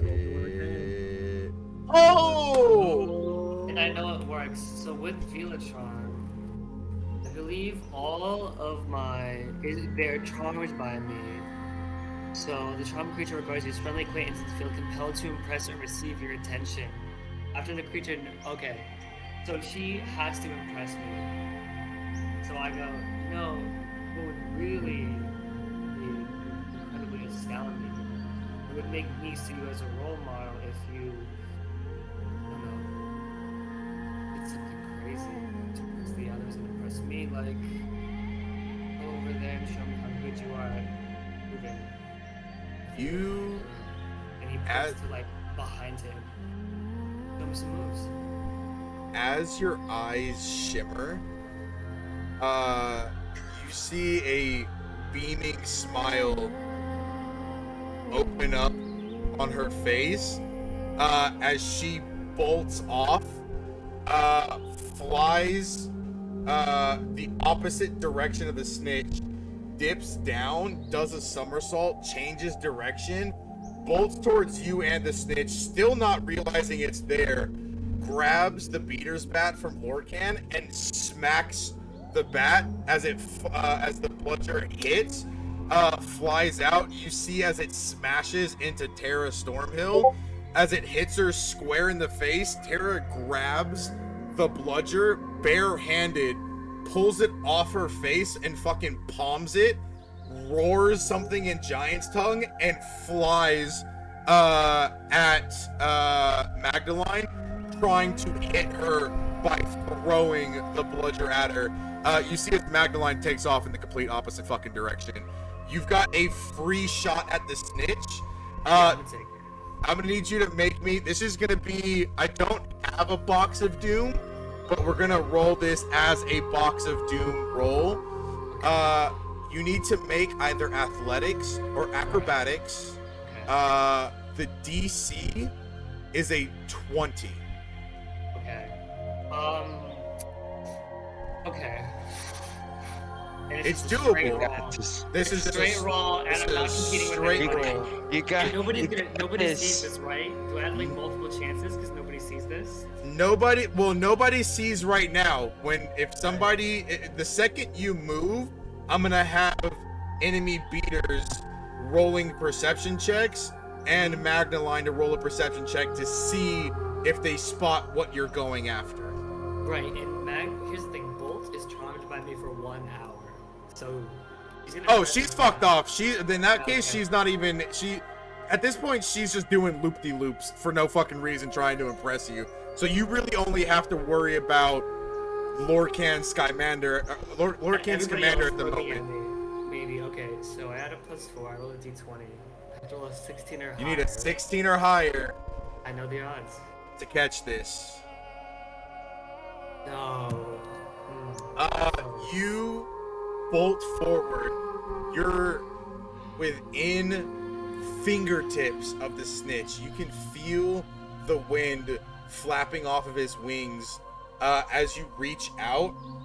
The second it feels your body heat, it makes a sharp 90-degree turn to the right and darts, like you fly this way, get to here, and the snitch darts this direction and flies in between Lorcan, Britt, and Mandy. Lorcan's... I'm not trying to hide this. Yeah, I'm not trying to hide this. So what's the DC to hit? Lorcan's going to try and hit you before we move back to Zoe. He saw you move and he sees his seeker somewhere else, so in his mind he knows you're going after something. He just doesn't know what it is, but you're in range of his attack. No, his seeker's doing fuck all and I'm actually doing something. No, I get it. Yeah. Exactly. So what's your AC? 14, I believe, or 12. Sorry, 12. Okay. Lorcan gets a +4 to this. So on. Bro, you're a werewolf. There you go. You're gonna cast magic in a Quidditch game. No, you will immediately be disqualified and kicked out. Magic is not a. What would there be defensive magic for if no magic's allowed to be cast? Okay, gotcha. Okay, cool. Here's the thing. I will let you cast magic. You're gonna have to make a sleight of hand, or you're gonna have to make a stealth to cast it. If you fail, hold on. If you fail, can't stealth it. It's a glowing shield. Yeah, there's a glowing blue shield. Oh, is it? Oh, never mind. You can't stealth it. Yeah, never mind. It glows bright blue. Yeah, you can't stealth a giant fucking shield. Yeah, no. Okay. So on a 7 or lower, he misses. Okay. Yeah, he's gonna hit. No. He hits. Yeah, bro, really matched your last roll. I need you to make me an athletics I need you to make me a strength saving throw. No, dexterity saving throw. Sorry. Jesus Christ, I'm getting my stats mixed up. Okay, that's a +4. What do I need to hit? DC is a this is just a 12. Okay. He's not hitting full power. No. And I can get back on my broom though, right? Even if I get knocked off. He hits a bludger lightly. He's not really trying to hurt anybody. Again, this is just tryouts, so they're not really doing full contact. So he just smacks a bludger gently over to you as it hits you. You get knocked off and drop about 20 feet down to the ground, but you're able to climb back on your broom and skyrocket back up. Atticus, roll me another perception check.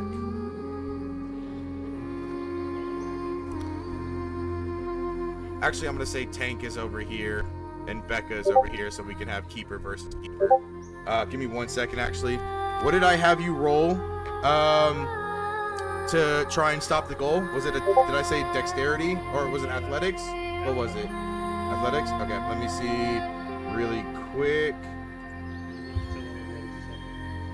She failed, so far you've saved 1 goal out of 4.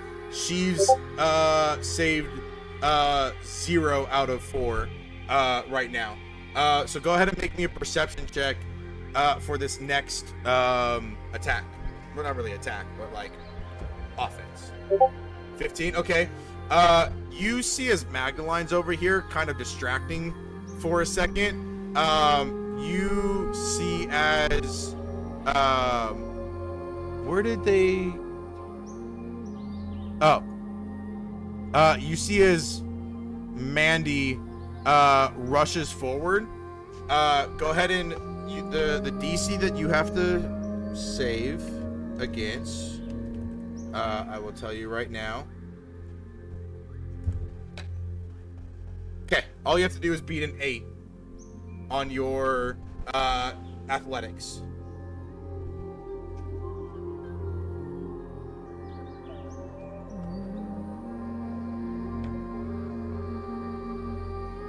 So?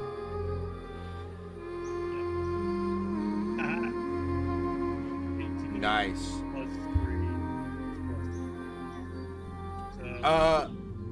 You see Andy hurls the quaffle. It's going to the left goal, which is over here, so I guess you're right, my left. You see as she goes this way and then throws the quaffle this direction. You reach out because you beat it so handily. How do you save this goal? He just basically headbutts it. He'd like to headbutt it back towards Lily. Cool. You take 1 point of bludgeoning damage as you headbutt this quaffle. Lily jolts out, grabs it, and heads back. Lily immediately scores again, so you've got 2 goals saved out of 4. Becca, who is the current 7th year and current keeper of your team, she's 0-2 right now. That's gonna be you, Akash. Gots to roll a perception check, my brother, to see if you can spot this little golden snitch again.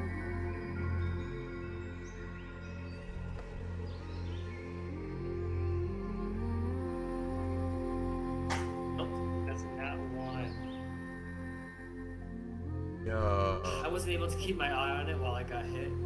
Yeah, you got hit. It disappeared out of line of sight. You fly back up trying to find it. Where do you want to... Your broom has 40 feet of movement. From where you are right now, where do you want to move your character? I'll say vertical flight doesn't reduce any of that movement. It's only horizontal flying or diagonal flying that will utilize that movement. I'll move straight middle since Magdalene's like all the way over here. So I'll just try to be like equidistant. Like, let's go straight middle. Okay, cool. Yeah. You could get, you could get right there. Actually, no, you can get right there. I forget, are Seekers allowed to like interfere with what's going on with the Chasers or no? You can. It's not normal. Most Seekers don't really get involved because they're only trying to pay attention to the snitch, but you definitely can get involved if you'd like to. I mean, you've essentially taken your competition out of practice for now until she gets hit. If she gets hit, she has to make another charisma saving throw, and if she beats it, she'll get out of it. But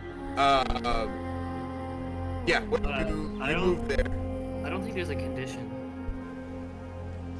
For Veil Charm specifically, there's no end condition. They're just charmed, but it doesn't stop them from doing their right. Their thing. Right, yeah. She gets the hunt, is what I'm saying. Yeah, right now she's just worried about impressing you, but if she gets hit with a bludger, so far she's dodged 2 just by sheer dumb luck.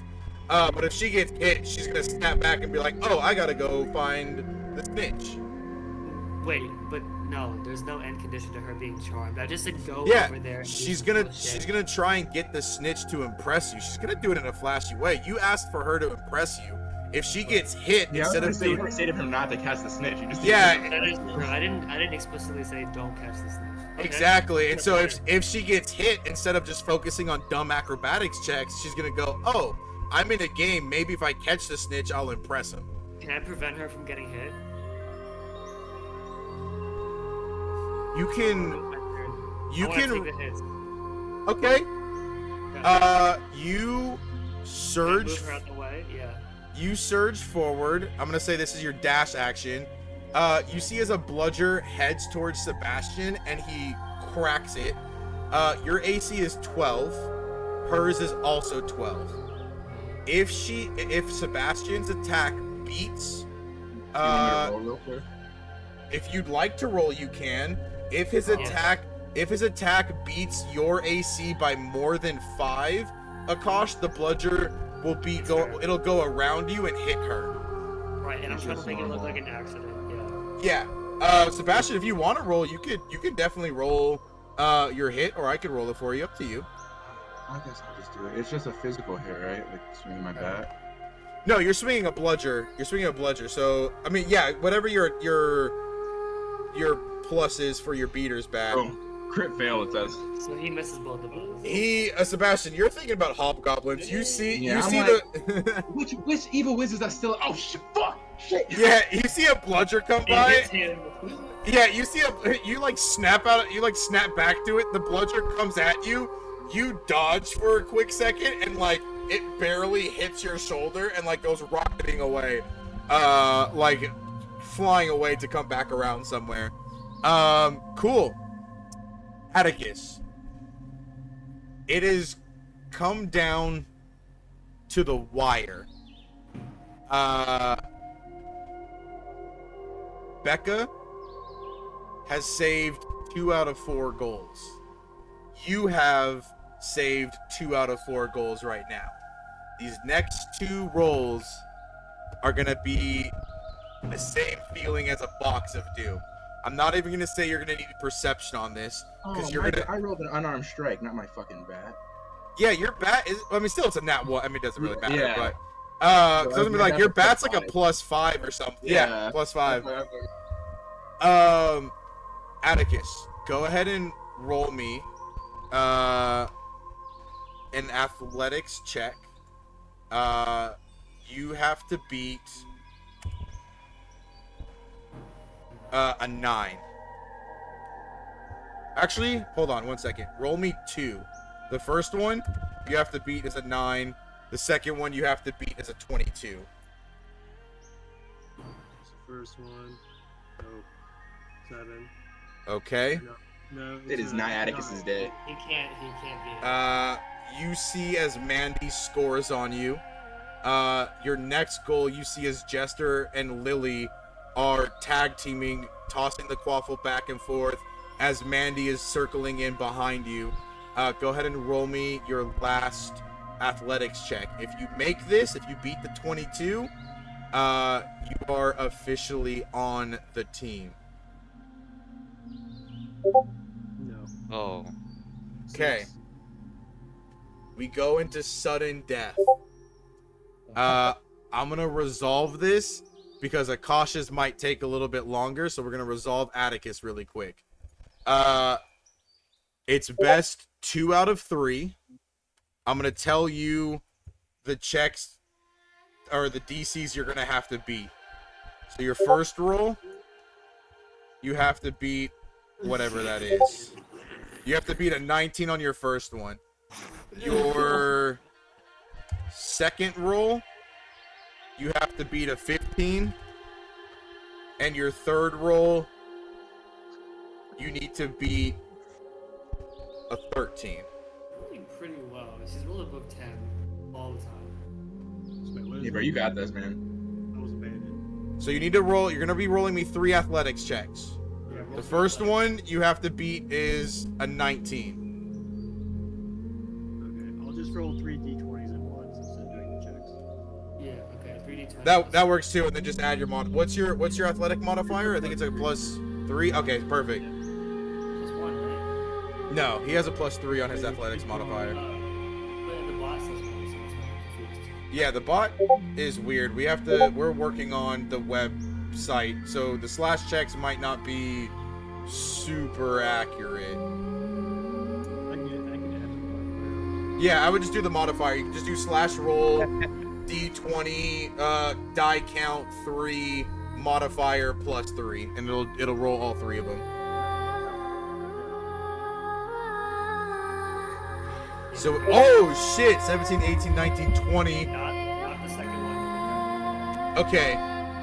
The first one, you see as Lily throws it, Mandy catches it, tries to score behind you. You bicycle kick on your broom. You kick the quaffle out of her hand. I need to make my checks for Becca. We'll go in or Jesus fucking Christ. Oh, you know what? We'll just do this. Slash roll here. Nope.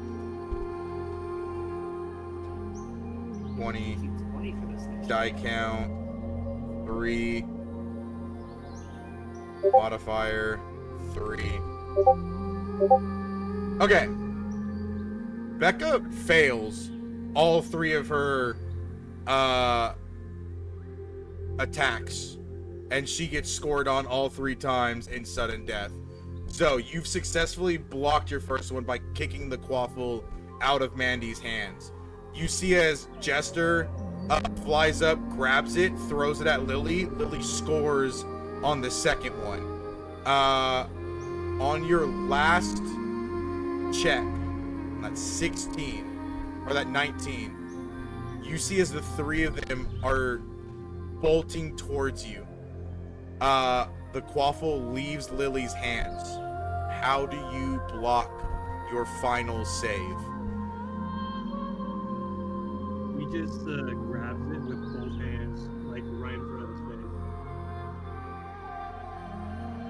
And You grab the quaffle, dead center, stop it, all momentum, and oh, sorry, Lily didn't throw that.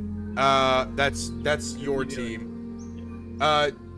Jester, Mandy, and Spencer threw it.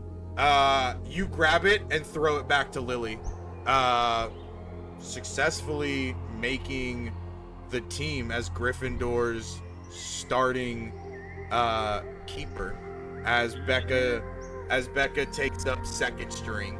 The game is still on. People are still flying around. Becca and Atticus, you guys head off the field with all of the chasers, everybody but Sebastian, Lorcan, Tara, and Brett are left on the field as you guys all head off. Akash, I'm gonna need you to make me a perception check, this time at advantage. Wait, why did they all leave if we're still playing? Their positions are no longer needed. Now it's just up to you two to focus on the snitch and the incoming bludgers, as now the beaters are actively seeking themselves and the 2 of you. Again, this is just tryouts. This isn't an actual game. You need to beat an 18 on your perception. As Magdalene spots you close by, and begins to think about trying to find the snitch to impress you. I do. Oh no, I don't. Wait, do it. Yeah, I do it. 15 plus 4 is 19. I just beat it. Roll I beat me it by 1. athletics at advantage, or acrobatics. I roll. That's 5, 20. You need to beat a 6. I do it. Roll 17. Jesus Christ. You Wait, dart did she for... snitch? She, on her 18, she saw the snitch. You're able to react faster on your 19. You guys are both neck and neck. You're maybe a foot in front of her, as you guys are almost shoulder to torso with you in the lead. She tries to stretch her hand out far behind you. Her reach is, 1, not that long, and 2, you're closer. You reach out and grab or no, hold on. The DC is 20. You rolled a 17. You rolled a 17. You're hot on the snitch's tail. Roll me another athletics check. DC is 20, so you have to beat. The two of you are now. You don't even have to roll perception. You guys are on the tail of this. You just are going back to back. This time it's no longer advantage as she's next to you and now focused on impressing you by besting you. You have to beat it. Oh, do I still have a lead? Okay. You still have a lead. She's rolled a 12. You're actually, if you can roll higher than her, you can gain distance on her. Got you. Okay. Yeah, Seeker is the hardest position to play. Oh, fuck. They also get fouled the most. They also do get fouled absolutely the most. You tell me how Akash catches the golden snitch. I think as she's catching up, the golden snitch takes a turn, luckily like to the right in his direction because he's imagining she's on his left, and he just veers to the right, kind of body blocking her from even getting a chance to reach out, and just grabs it with his right hand as he's turning. Like fully like doing like a J-turn stop as he grabs it. Just a complete pivot and stop and grabs it. And then he's gonna turn to Bolt and be like, impressive, but not as impressive. You see as she pouts and flies down to the ground, and starts kicking up some of the sand.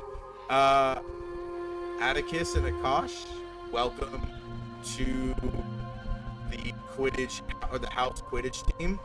Akash. Mm-hmm. You instantly rank up to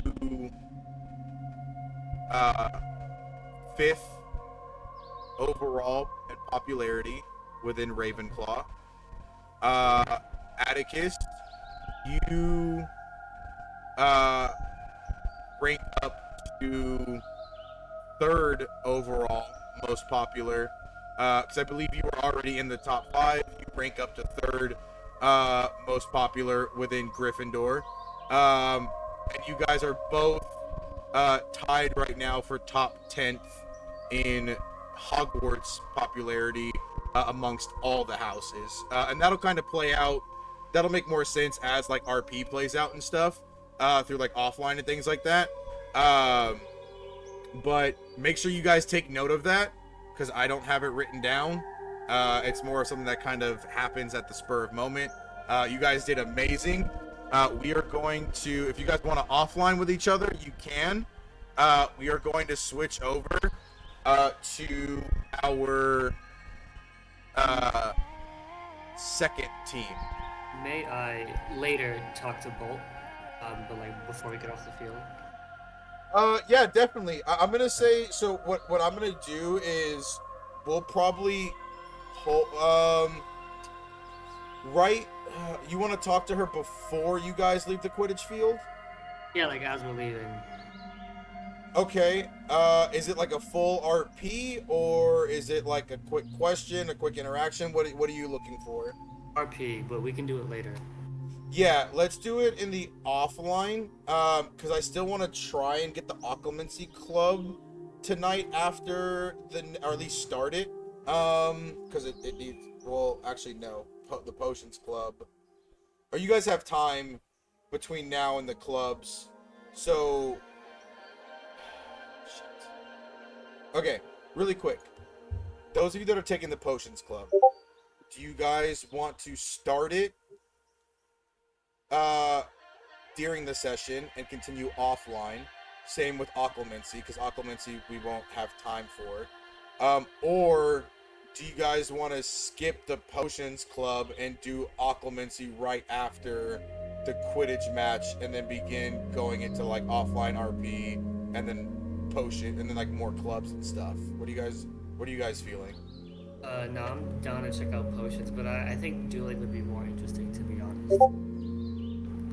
Well, I'm just looking at by sheer I'm looking at by sheer number, and Occlumency Occlumency, and so advanced potions has the most, and then occlumency has the second most, because Quidditch we're doing right now. Let's do advanced potions. Yeah. Okay, so Doesn't Akash most people- Akash wants advanced potions. Atticus, do you want to do occlumency or advanced potions? So,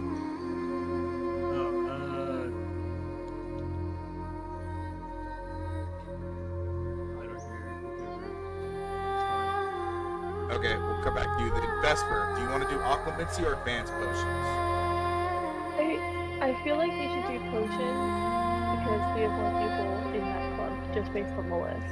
Okay, cool. So we'll do potions, and Zoe's abstaining. That's already majority. So we'll do potions right after this, which makes sense because that's in chronological order, and then we can offline occlumency at quote unquote nighttime. That works perfect. Awesome. Okay. Which means you guys will have some downtime to chat. Atticus and Akash and Sebastian. I will RP Akash. Just put what you want to ask, and I'll RP when I get there. Cool. We rotate to the next field. We have Rocky, Mimi, and James who are trying out for the team. Mimi, I'll let you get first pick. What position did you want to try out for?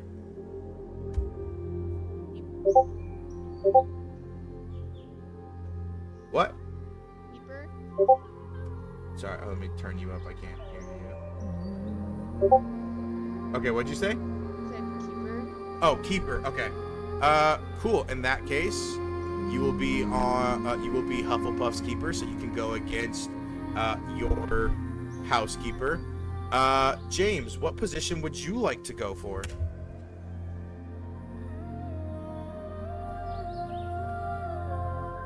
I can't hear you either. Oh, sorry. Let's see.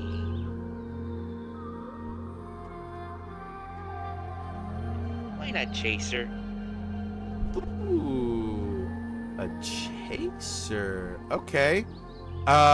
In that case, Scorpius will sit out, and Rocky will take his spot.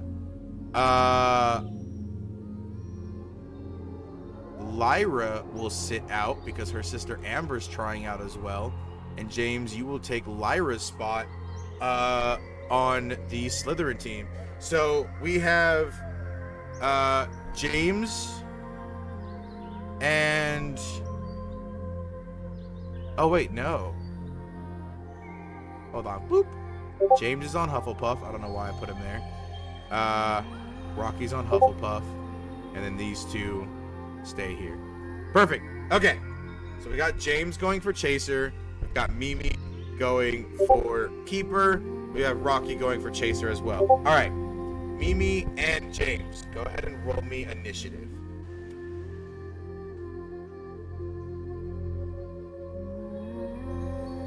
There's 2 to initiatives.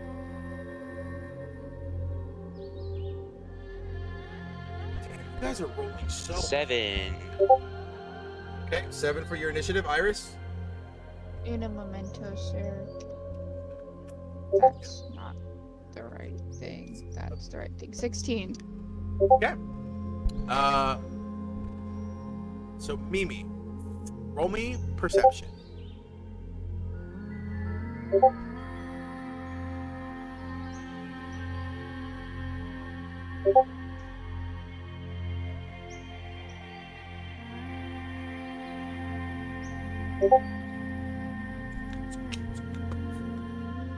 Not 20 for 24.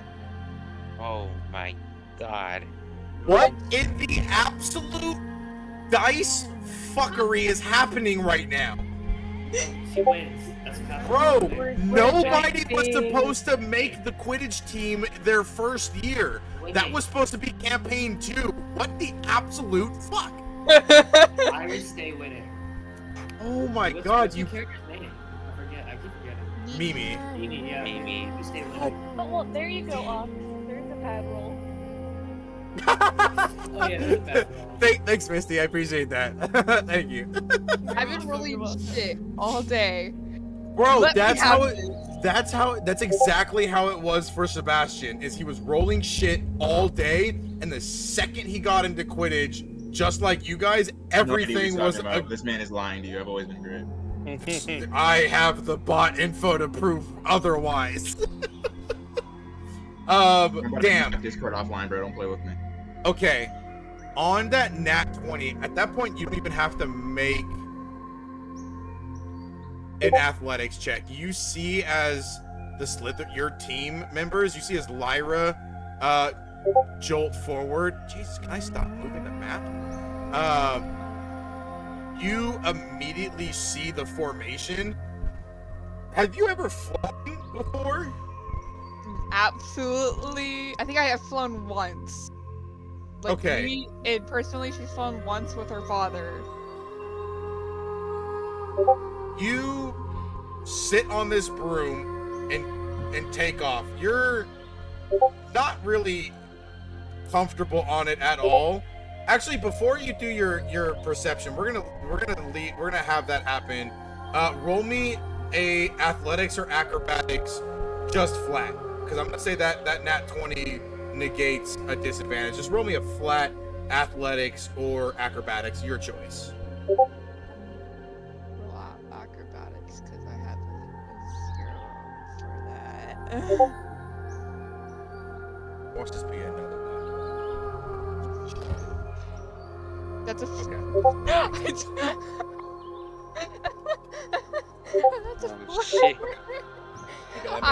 it's as soon as you ask me to do one thing that will do everything for me, and then I roll something else and it goes to rant. Yeah. Shit. So, on a 3, okay, you're trying to fly, right? You're getting there. You're struggling. You're going up slowly.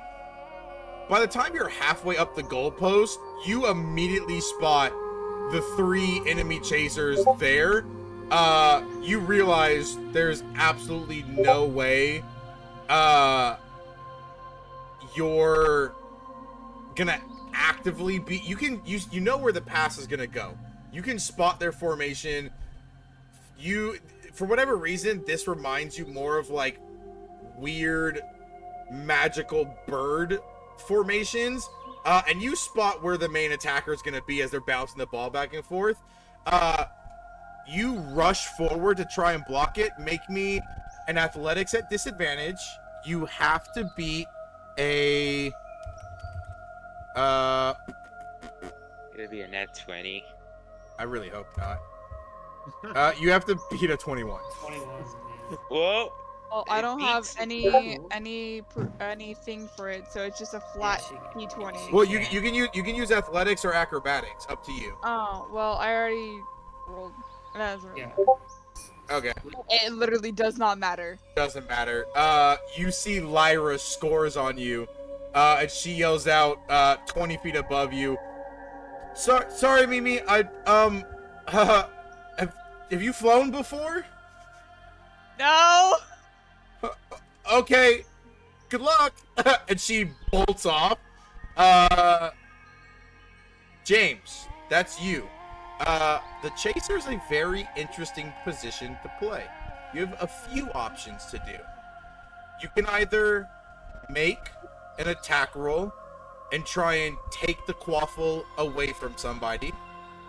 You can try and guess where a pass is going to go and place yourself in the area to intercept it.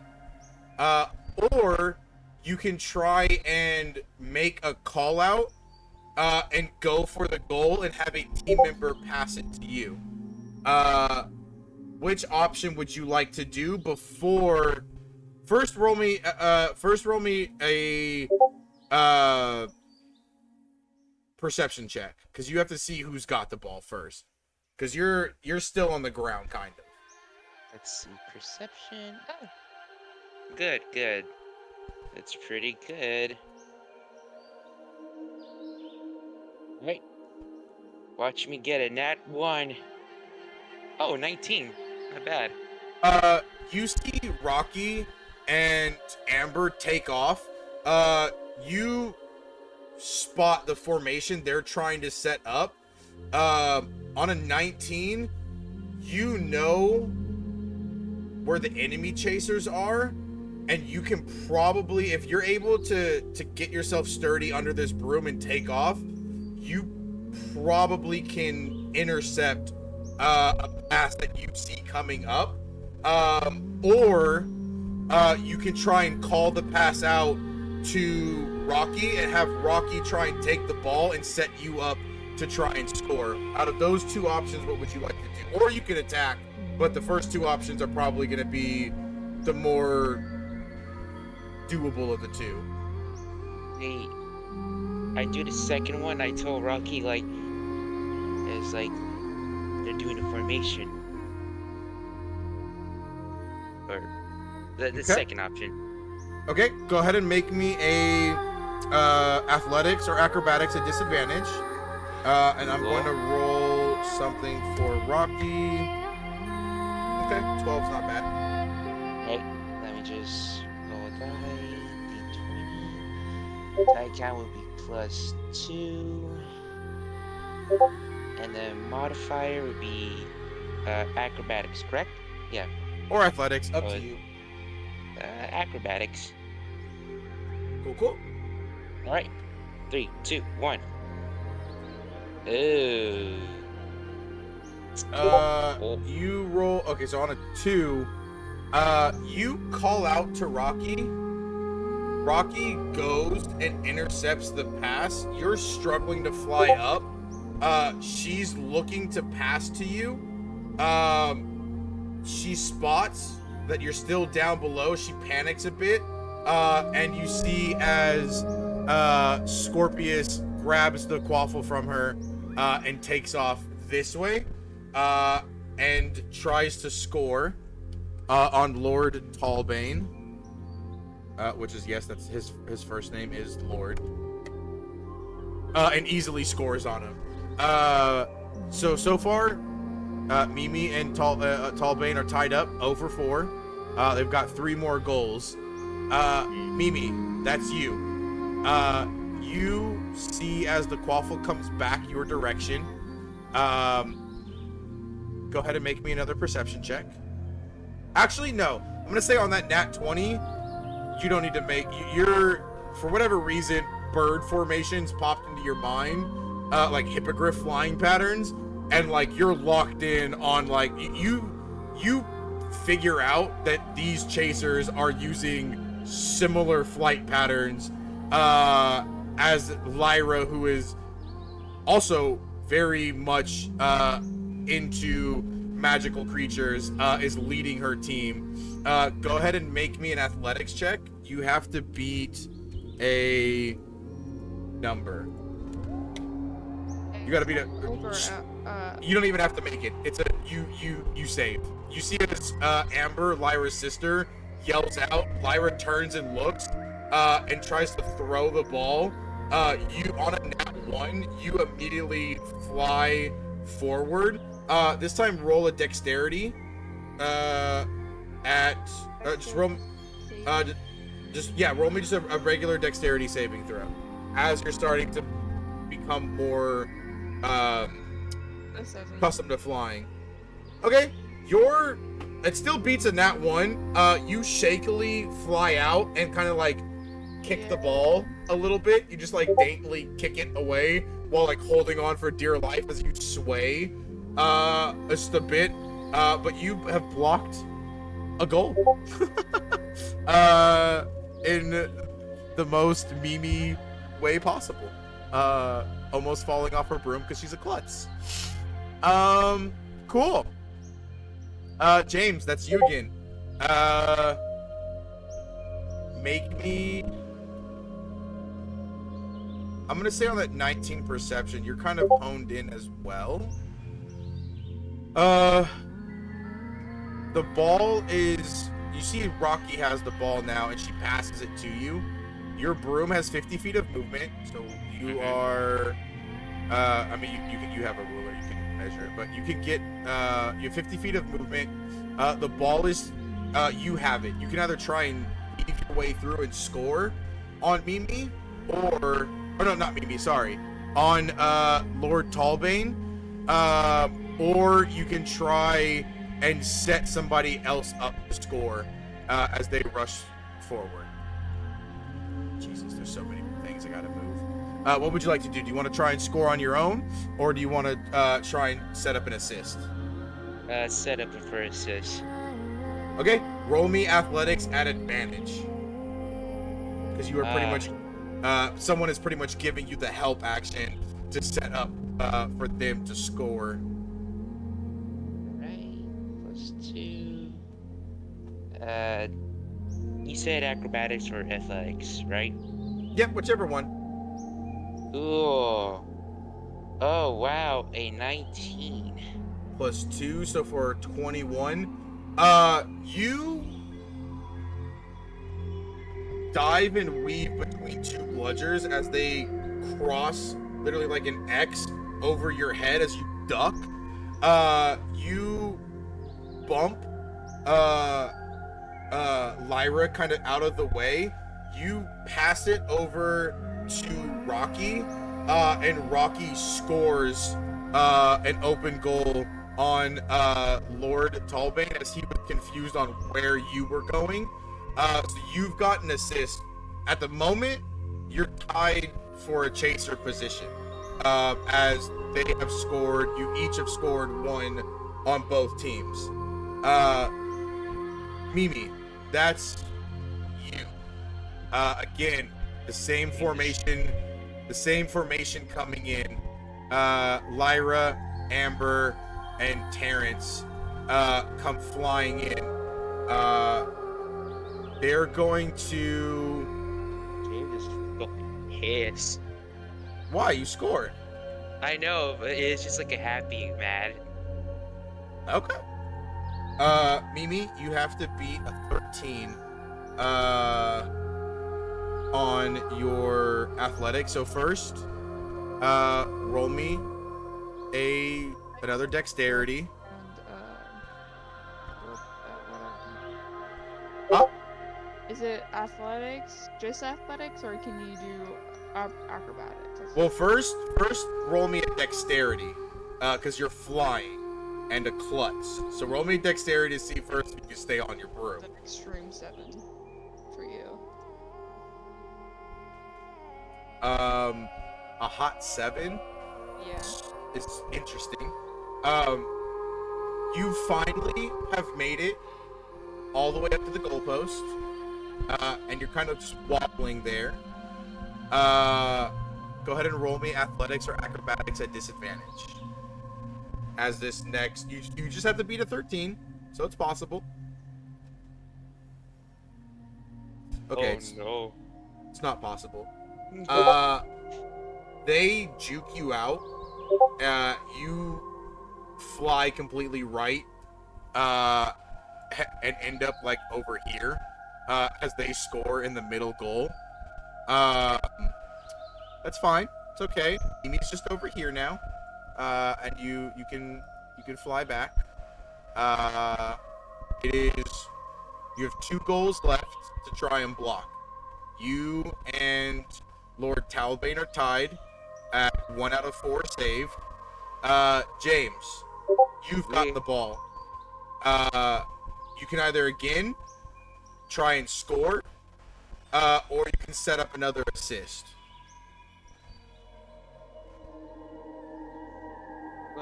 Jesus Christ. Fuck it. I might as well score it. Okay. Go ahead and roll me a athletics. You have to beat. I'll let you know what you have to beat. Talbane has a +3. Oh, you have to boy. beat a 21. Alright, so athletics? Yep. Or acrobatics. Up to you. Okay. Okay.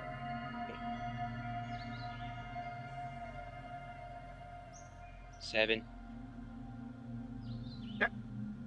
You go to score. Tallbane rushes you. He's big as shit. He's like, what year is he again? He's a 6th year. He's like 6'7". He definitely looks part giant or part troll. Big, ugly dude. Not really ugly. He's good looking, but he's very massive. He just body checks the shit out of you and grabs the quaffle, and throws it over to Malfoy. And he looks at you and he just says, "You're too tiny to score on me like that. Get out of here." Hey Ox, I gotta head out. I got an 8:30 class in the morning. Oh dang, buddy. All right, man. Then we'll start potions. And then you can join in offline. I'll kind of post something up there then. Yeah. Cool. Catch you later, guys. Bye. All right, man. Have a good night. Yeah, we'll be finishing up. We'll be wrapping up shortly, guys. Okay. So I'm gonna say what? Sorry, my bad. Let's speed this up a bit. Mimi, go ahead and make me. I'm gonna say at this point, the game has gone on long enough. You've figured out how to stably fly. I need you to make 2 athletic checks. You have to beat. You have to beat an 11 and a nat 1. A 9 and a 12. You beat both of them and score. Or not score, sorry. You beat both of them and save the goal. So you are 3 out of 4 saved. Just, not necessarily narrowly, but you handily score or handily save the last one. James. Yeah. You have 2 offensive attacks left. Do you want to try and your team's up right now by 2 goals? Do you want to try and score the goals yourself, these last 2? Do you want to try and have both of them be assists? Or do you want to try and score one and set your teammate up for an assist on the next one? Both of them assists. Okay. Go ahead and make your first 2 athletics checks. You need to beat... No fucking way. Holy. That is a 1 in 400 chance of happening. The actual. We need to take a screenshot, I swear.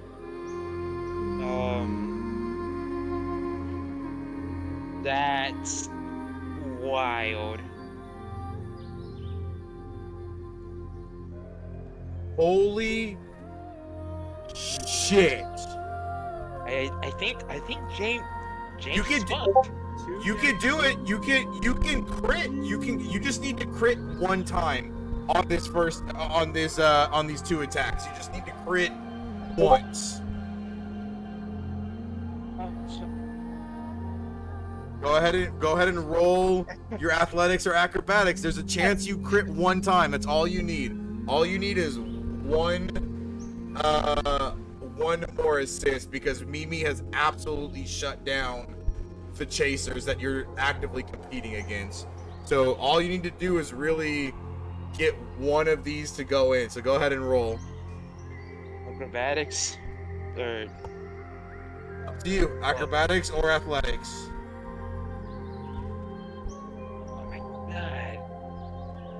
Oh boy. Here goes nothing, I guess. No, an 8. Double 8s. You see you set up nice passes. Lord Tallbane is just better.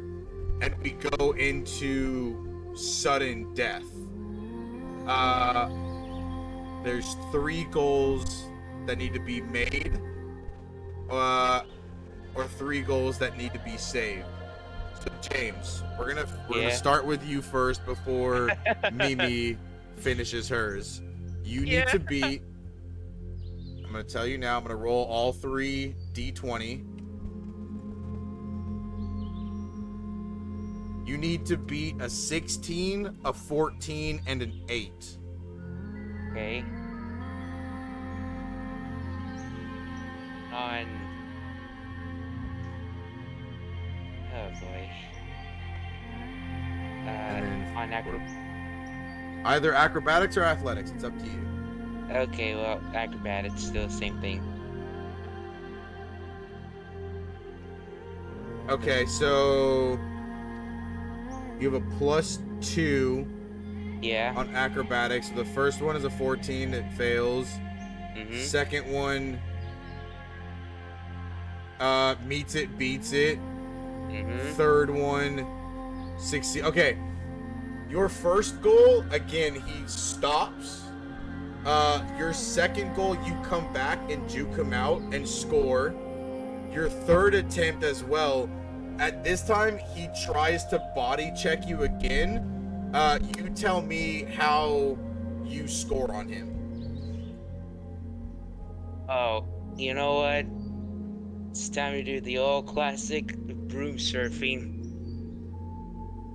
You go to stand on your broom? Oh, no. Sorry.